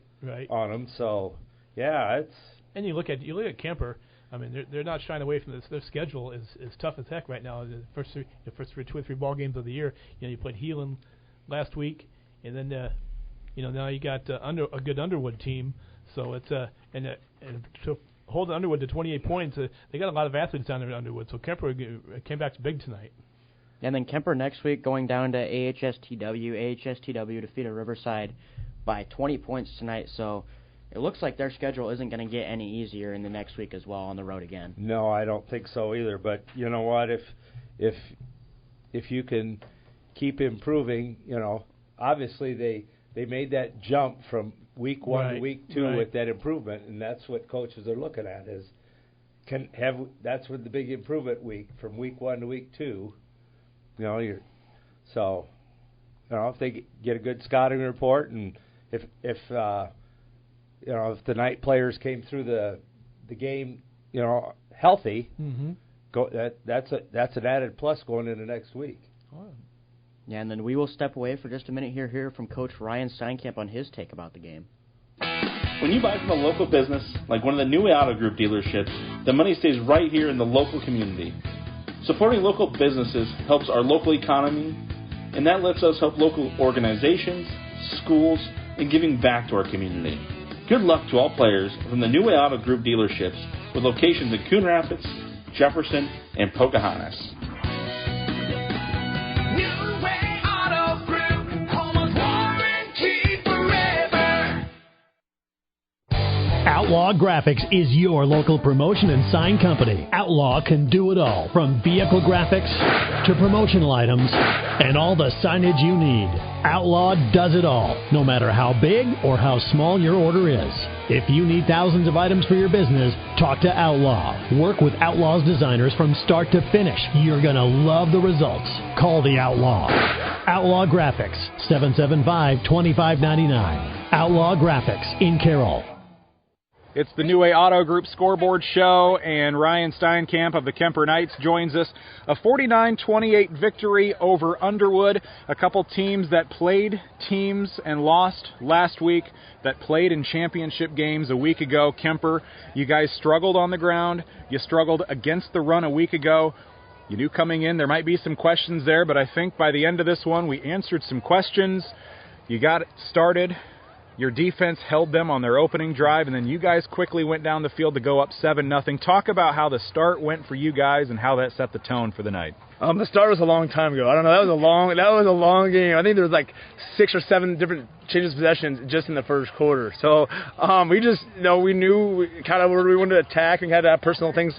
And then that, honestly, from the second quarter and third quarter, it was a chess match. They were moving their H-back around, which kind of depended on our strength. So we had to adjust. And we kind of adjusted on the fly, and I'm really proud of the kids.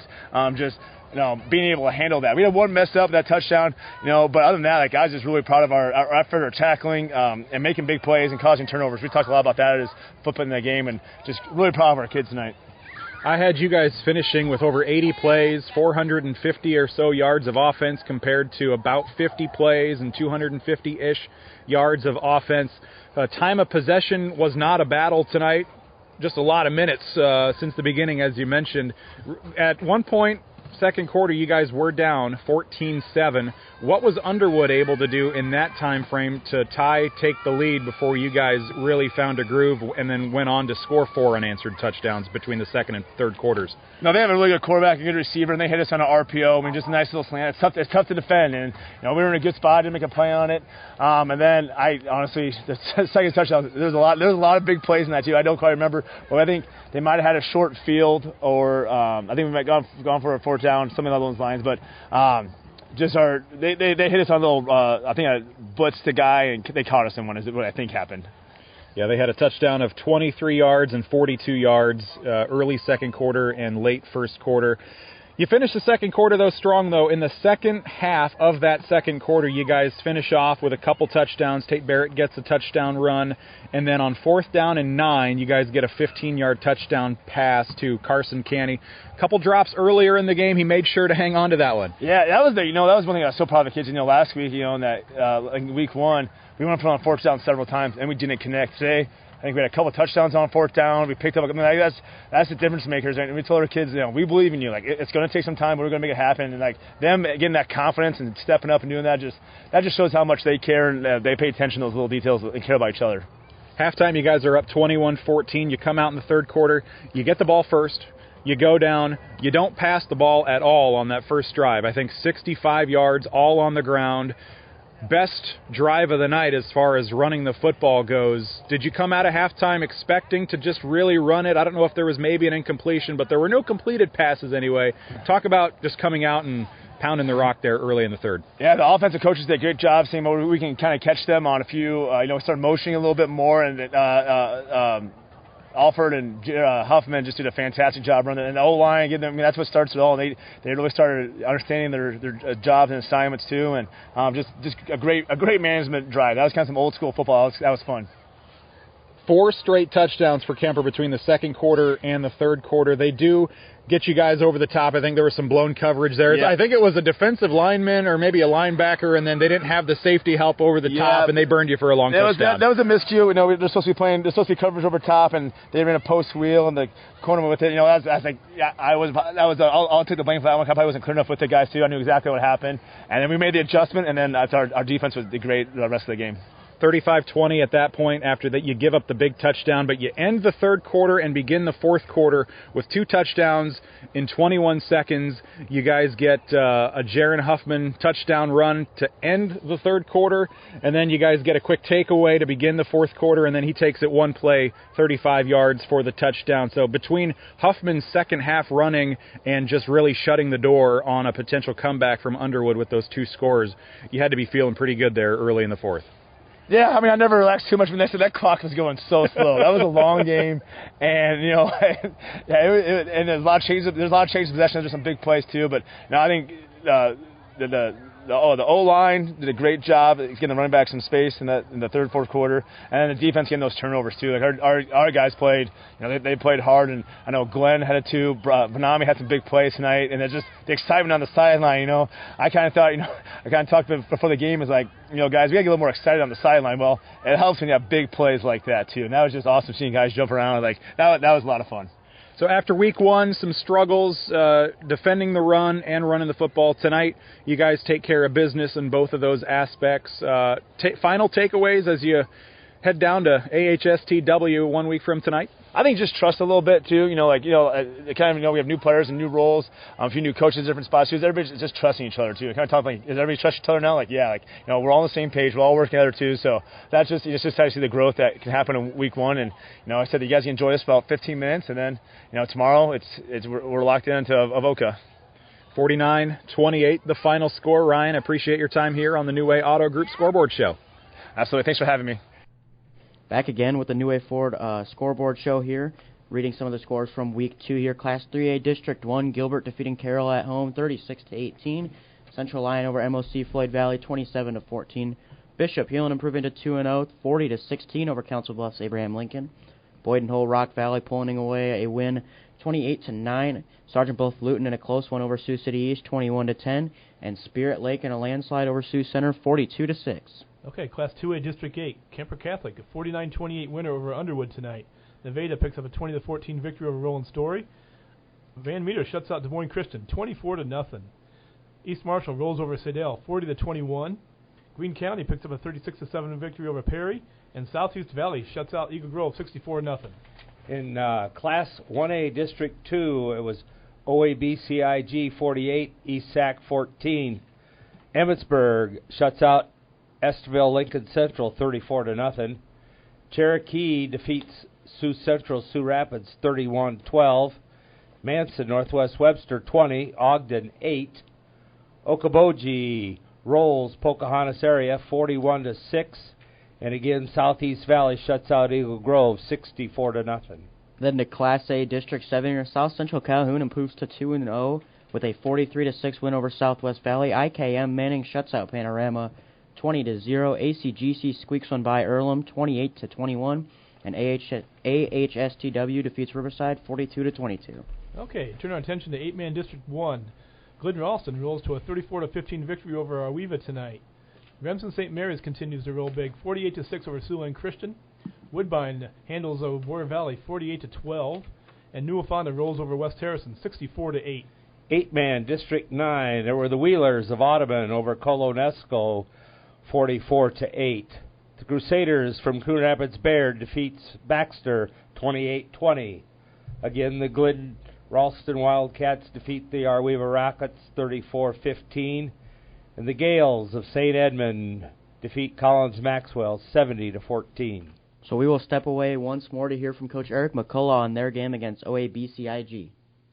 Feld Security of Carroll is the choice of homeowners and business professionals. They choose Feld Security because of the local and prompt service, 24-hour technician support, and the ability to control their security from their mobile device. That makes keeping your property safe even easier. A professional Feld representative can help you create a protection plan for your home or business. No matter what you're trying to protect, they've got you covered. Feld Security of Carroll proudly supports all our area high school athletes.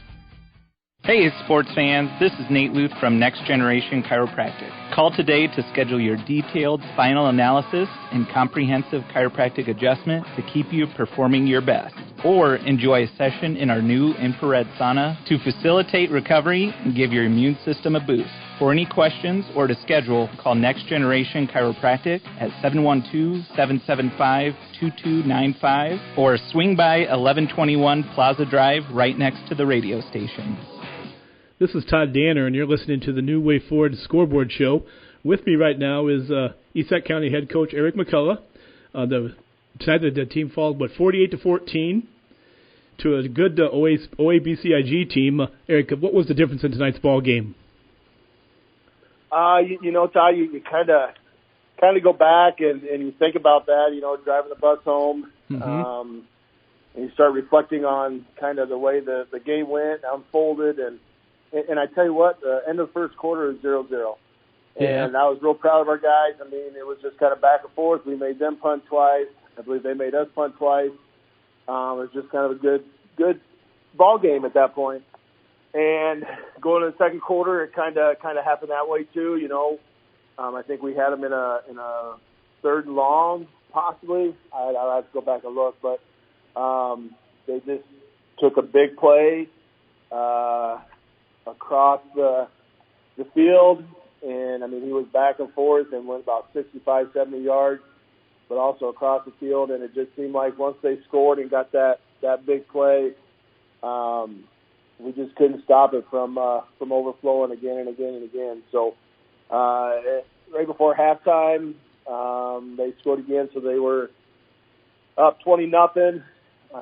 Come out after halftime, I thought we reacted okay. We just seemed to really give up some big plays, I guess, Ty. When you really look back, I think, and nothing like really big over top our head type, just they're good athletes, and we didn't make tackles when we should have, and they took advantage of it. Offensively, Eric, how was your night on the offensive side of the ball? Not as good as it has in the past, or at least, past week. We felt really comfortable, really good about our offense. But I think a little bit better athletes this week, a little faster, maybe a little bigger. So we struggled up front with that. And our guys still did some good things. It just wasn't as positive as it was last week. I believe we still had 230-some yards of offense, 165 yards passing, but only about 70 yards rushing, where we were complete opposite last week against IKM Manning. So they definitely took a little bit of our quarterback run away from us and definitely was playing that really hard. We just couldn't get any of our other stuff to go, and it seemed like didn't have a lot of time to throw. So just some more things we need to continue to work on and, kind of get ready for next week. So you mentioned that, so some of the things you need to work on. Go ahead into week number 3. I think you're home with Missouri Valley next week. What are some of the things that you're looking to improve on, Eric? I just really want to see these kids. They worked really hard. I mean, they just outstanding kids. We just need to put together a whole game. We got a little banged up, and we're just really short on depth. I mean, we have some really good kids that are just not ready for varsity football yet. Right. Hopefully they'll get there in the next couple of weeks. Give them some reps. They're just not quite ready to go yet. We want them to have success if they can get on the field. So. And then another big thing, a head coach's favorite week is homecoming week. Oh, yes. Yes. So we have that going on, too, with bringing Missouri Valley in. So it's hopefully a good opportunity for us if we get through the distractions. As I said, homecoming week's there's always a lot of distractions going on besides the football game, but it all accumulates with that Friday night football game everybody looks forward to. It does, and it's been good the last couple of years for us, the school spirit. And getting the community involved, and having community spirit. So there's definitely some good things there, and I'm hoping that can kind of help spark something a little bit for us Friday night. I'll tell you what, like you said, you play Missouri Valley. Do you know anything about them next week? We have not even really looked at them other than, it's a whole new coaching staff. They're struggling with numbers similar to what we are. I don't even see their score yet tonight. I know they lost last week, so probably very similar in different ways as far as the type of kids and number of kids. And only really positive thing we can say right now is they have to travel to us. Right. So that kind of puts it, I think, a little bit on our favor. But it still means we have to, because they're going to be looking at the same thing. We still have to work hard this week and put the reps in, and hopefully we can have some success and walk away with the W. Well, Coach, I tell you what, I appreciate your time tonight and look forward to chatting with you again, and good luck next week. Hey, thank you, Todd. We appreciate it. Okay, have a good night. You too. Bye. For high school athletes, every practice, every game, every rep matters. That's why Gatorade is here to keep you at your best. Packed with electrolytes, keeping you hydrated and energized so you can push harder, play longer, and recover faster. On the field, court, or track, let's go! Gatorade gives you the fuel you need to perform at your peak. No matter the sport, no matter the challenge. Gatorade, fueling the future of sports. One high school athlete at a time. When you need a quick meal or one on the go, your Carol Pizza Ranch has great deals for carry-out and delivery. Order online and get 8 pizzas of country's best chicken with potato wedges for only $20. How about 2 large pizzas for $25? Or get 2 medium single-topping pizzas, cheesy ranch sticks, and a cactus bread for just $20. Check out these deals and more at pizzaranch.com today and order hot and fresh. Pizza Ranch, located off Highway 30 in Carroll, open 7 days a week. Whoa, that's good. Back again on the New Way Forward Scoreboard Show here. A look to next week, Friday, September 13th. We have a pretty good slate of games here. Denison Schleswig at Carroll. That one going to be on KCIM with KC Miners. Kemper at AHSTW. That one on KIKD with Jeff Blankman. Got Missouri Valley at ESAC. That one going to be ESAC's homecoming game.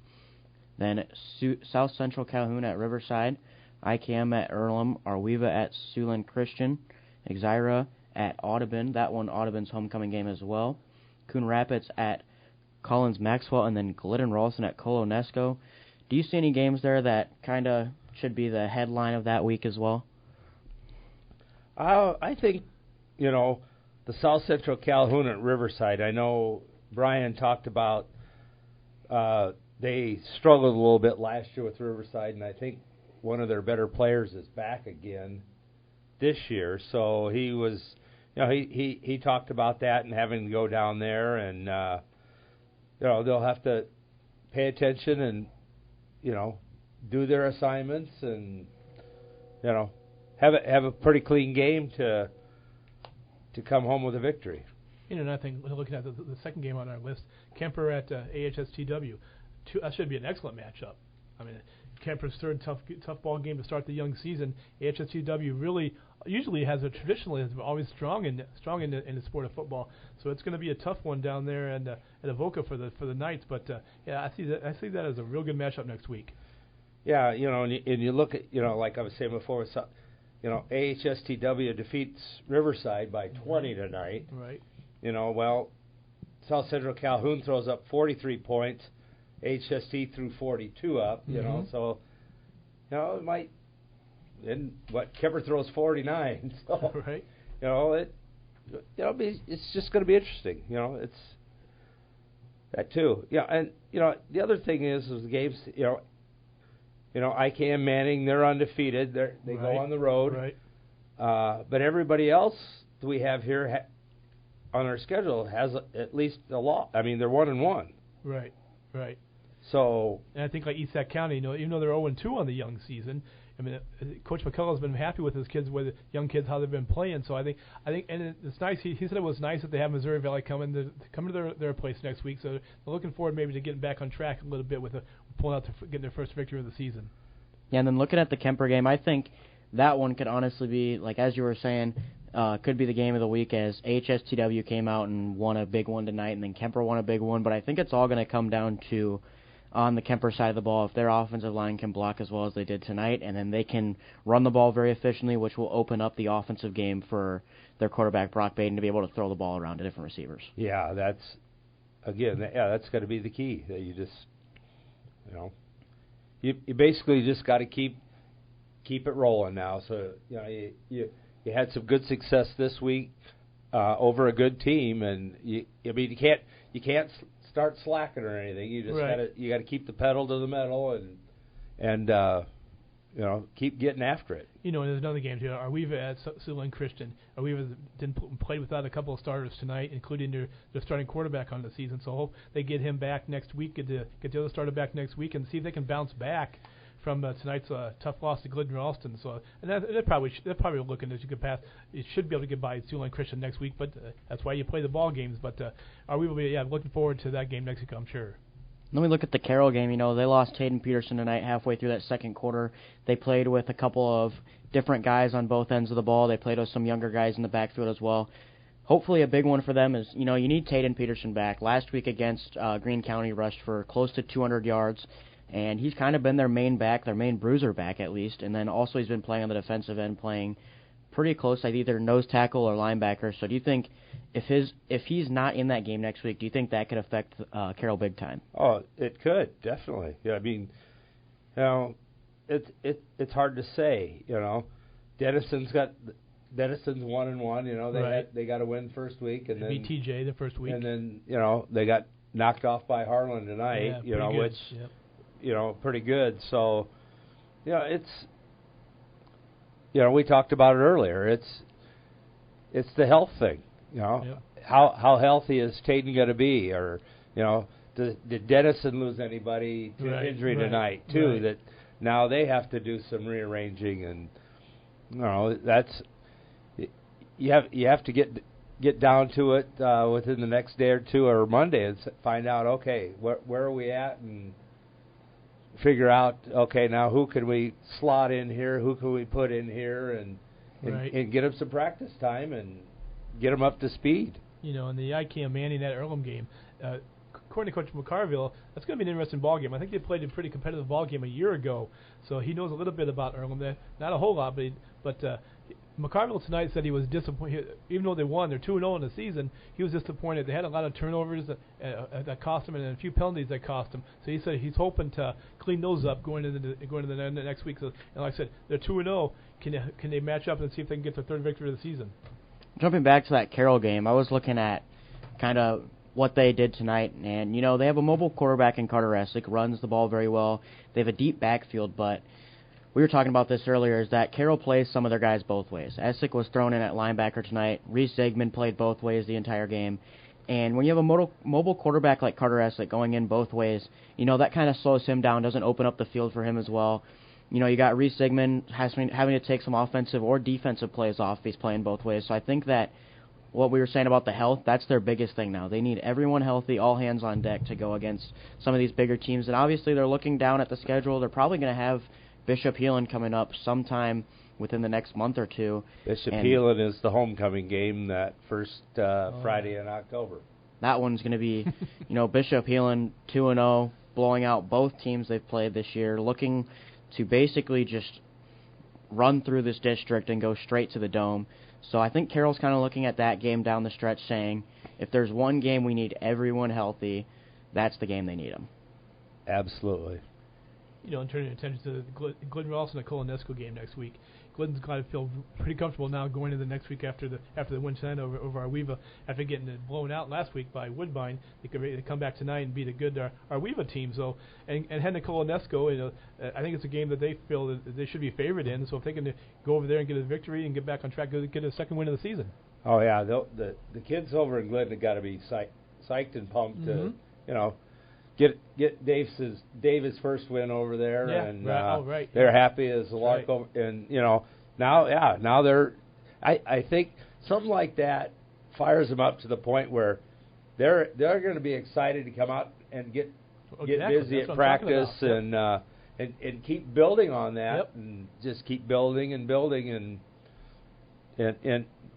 trying to go on for a successful season. Mm-hmm.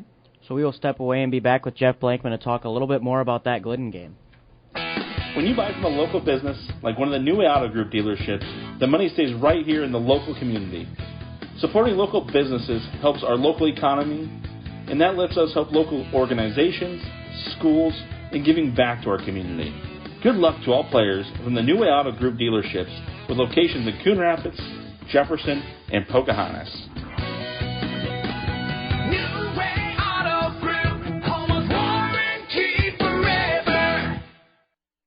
Hey, sports fans, this is Nate Luth from Next Generation Chiropractic. Call today to schedule your detailed spinal analysis and comprehensive chiropractic adjustment to keep you performing your best. Or enjoy a session in our new infrared sauna to facilitate recovery and give your immune system a boost. For any questions or to schedule, call Next Generation Chiropractic at 712-775-2295 or swing by 1121 Plaza Drive right next to the radio station.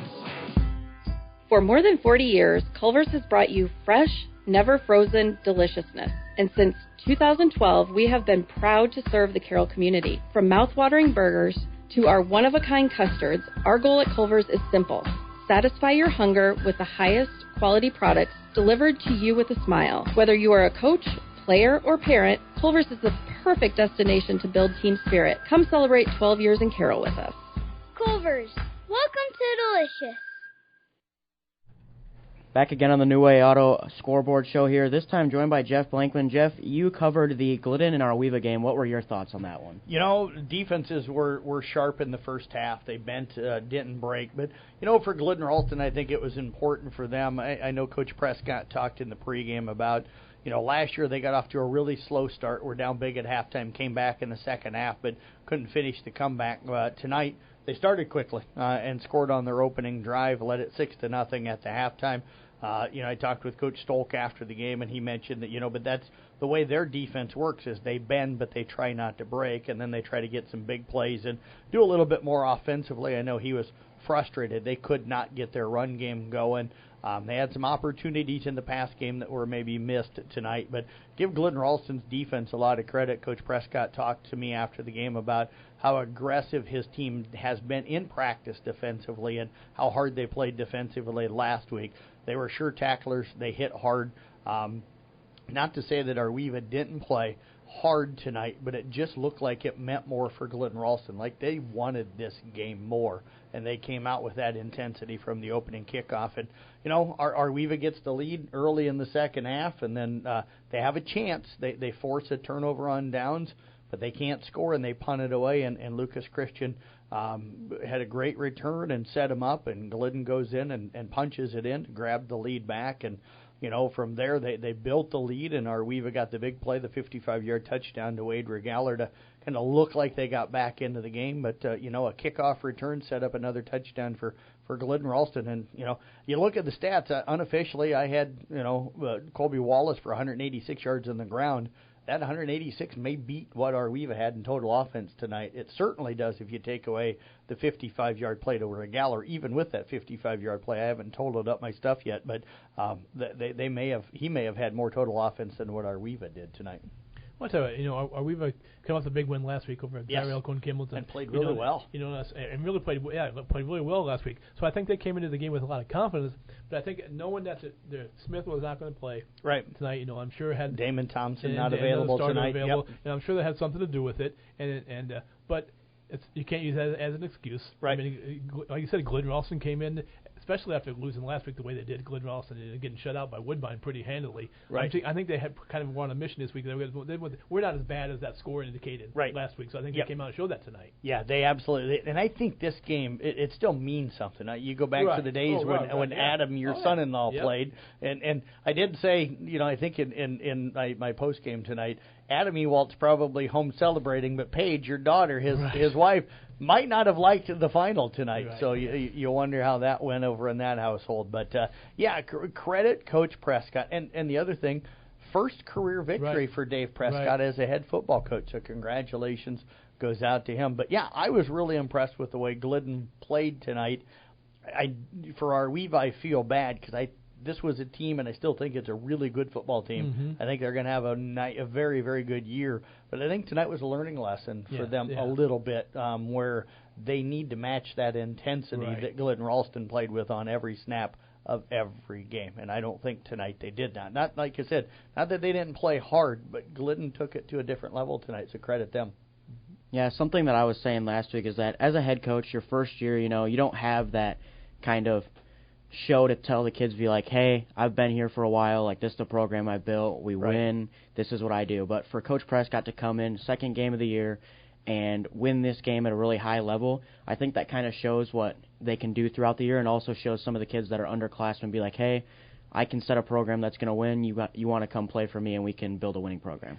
Dave does have the thing of he's been on the staff for 25 years. Yeah, so Dave's been an assistant there for 25 years, so he's built that, I think, with those kids coming into the year. But I know what you're saying. So, and I think for him to go, okay, now as a head coach, see this is what we're capable of doing, I think that's going to be beneficial. But, they put together a really good game plan tonight. And not to say anything bad about Arweva, you knew Colby Wallace was going to get the football a lot. Mm-hmm. You knew they were going to run in between the tackles with him a lot. He ended up with 186 yards and 36 carries. They didn't shut it down very often tonight. Glidden Ralston with a young offensive line won the battle at the line of scrimmage. For Arweva to be successful, Wade and White Galler have to have big games for them. And to credit Glidden Ralston's defense for shutting them down tonight, because not many teams have been able to do that over the years. Yeah, they didn't even have 50 yards of rushing tonight. Total offense, and for rushing, not just one guy. Yeah, so give the Wildcats a lot of credit tonight. Yep, absolutely. So, and I know you guys are going to talk a little Iowa State. I'm going to let you guys do that. It's going to be a battle. You got Todd, an Iowa State fan, and Jim over here, an Iowa fan. Mason, I'm assuming, is Iowa. Iowa. Yeah, poor guy. I'm a Husker fan, but I will say this: as much as it pains me, because I don't know if there's a program I hate more. And I will say it, Iowa 24-9 tomorrow. I'll let you guys talk it over. So tomorrow, Saturday, obviously, college football slate, Iowa and Iowa State. I'll let you two jump in first and get the Iowa and the Iowa State going, then I'll give my opinion last year. Well, I'll tell you what, going into that ball game, if I remember right, I think Iowa's won 7 out of the last 8 matchups with Iowa State. So I think it was a couple years ago when Iowa State won last one in that series. So I don't know. It's definitely going to be a battle. I mean, you look at Iowa's offense. In the first half last week they struggled. Against I can't remember who Iowa played the last week. I think it was Illinois State. Illinois State. They struggled in the first half, but obviously in the second half they put 40-some points on the scoreboard. So and Iowa State won, but they struggled. I don't think they looked as impressive as they thought they were going to come out during the season. But it should be a very competitive ball game. I think you're right. I guess the one thing I look at is I think it's going to be a close game. Mm-hmm. It's not. I mean, when I say close, I'm saying 6-7 points probably difference. I think Iowa State's it's going to be tough on them because, Iowa's defense is a whole lot different than North Dakota's defense. Yes. And Iowa's defense will get after you. And I mean, I was at Iowa City last Saturday, and that front seven, and then with those linebackers and the guys in the back they're flying all over the place, and I think that's where Iowa's going to have more of an edge is on the defensive side. Right. And Iowa They State's will. got a decent defense. Don't get me wrong, but it's going to be. And I think there's a few more points that favor Iowa for playing at home in Kinnick. Right, I was going to say that's Kinnick's a tough place to play, and especially now you put the Iowa State game on there. It should be a fun one. Yeah, I think it'll be fun, and I guess I think it would probably be about 6. So I'd just say maybe 24-18 for a score, 24-17, something like that. 24-17 Iowa. You're taking Iowa. Yeah. Well, I'll tell you, with myself being a Cyclone fan, I gotta go for the Cyclones. So I'll say Iowa State. I'll say 30-28 Iowa State. Yeah, on my end here, I didn't unfortunately get to watch the Iowa game last week, but when I think about it, I don't see this Hawkeyes team getting anywhere near 40 against the Cyclones. But I still think, in Kinnick, I've seen a couple of the draft boards for next year's NFL draft, a couple of the Hawkeyes defensive players on that, and I just think that the Hawkeyes defense is just going to be too much for Iowa State's offense. So I'd say probably 28-17 Iowa. I think that'd be my final score prediction there, but I still think the Hawks are coming out on top. Well, wait and see. It's going to be a very competitive ball game, and like I said, the fans over there are going to be. It's going to be crazy in Kinnick. It'll be loud. That's been loud and crazy. So yeah, but hey, we'll find out. 2:30 on CBS. Yeah, that's right. 2:30. Yeah, CBS game tomorrow night. So yeah, looking forward to that. So thank you everyone for listening, and we will be back next Friday night.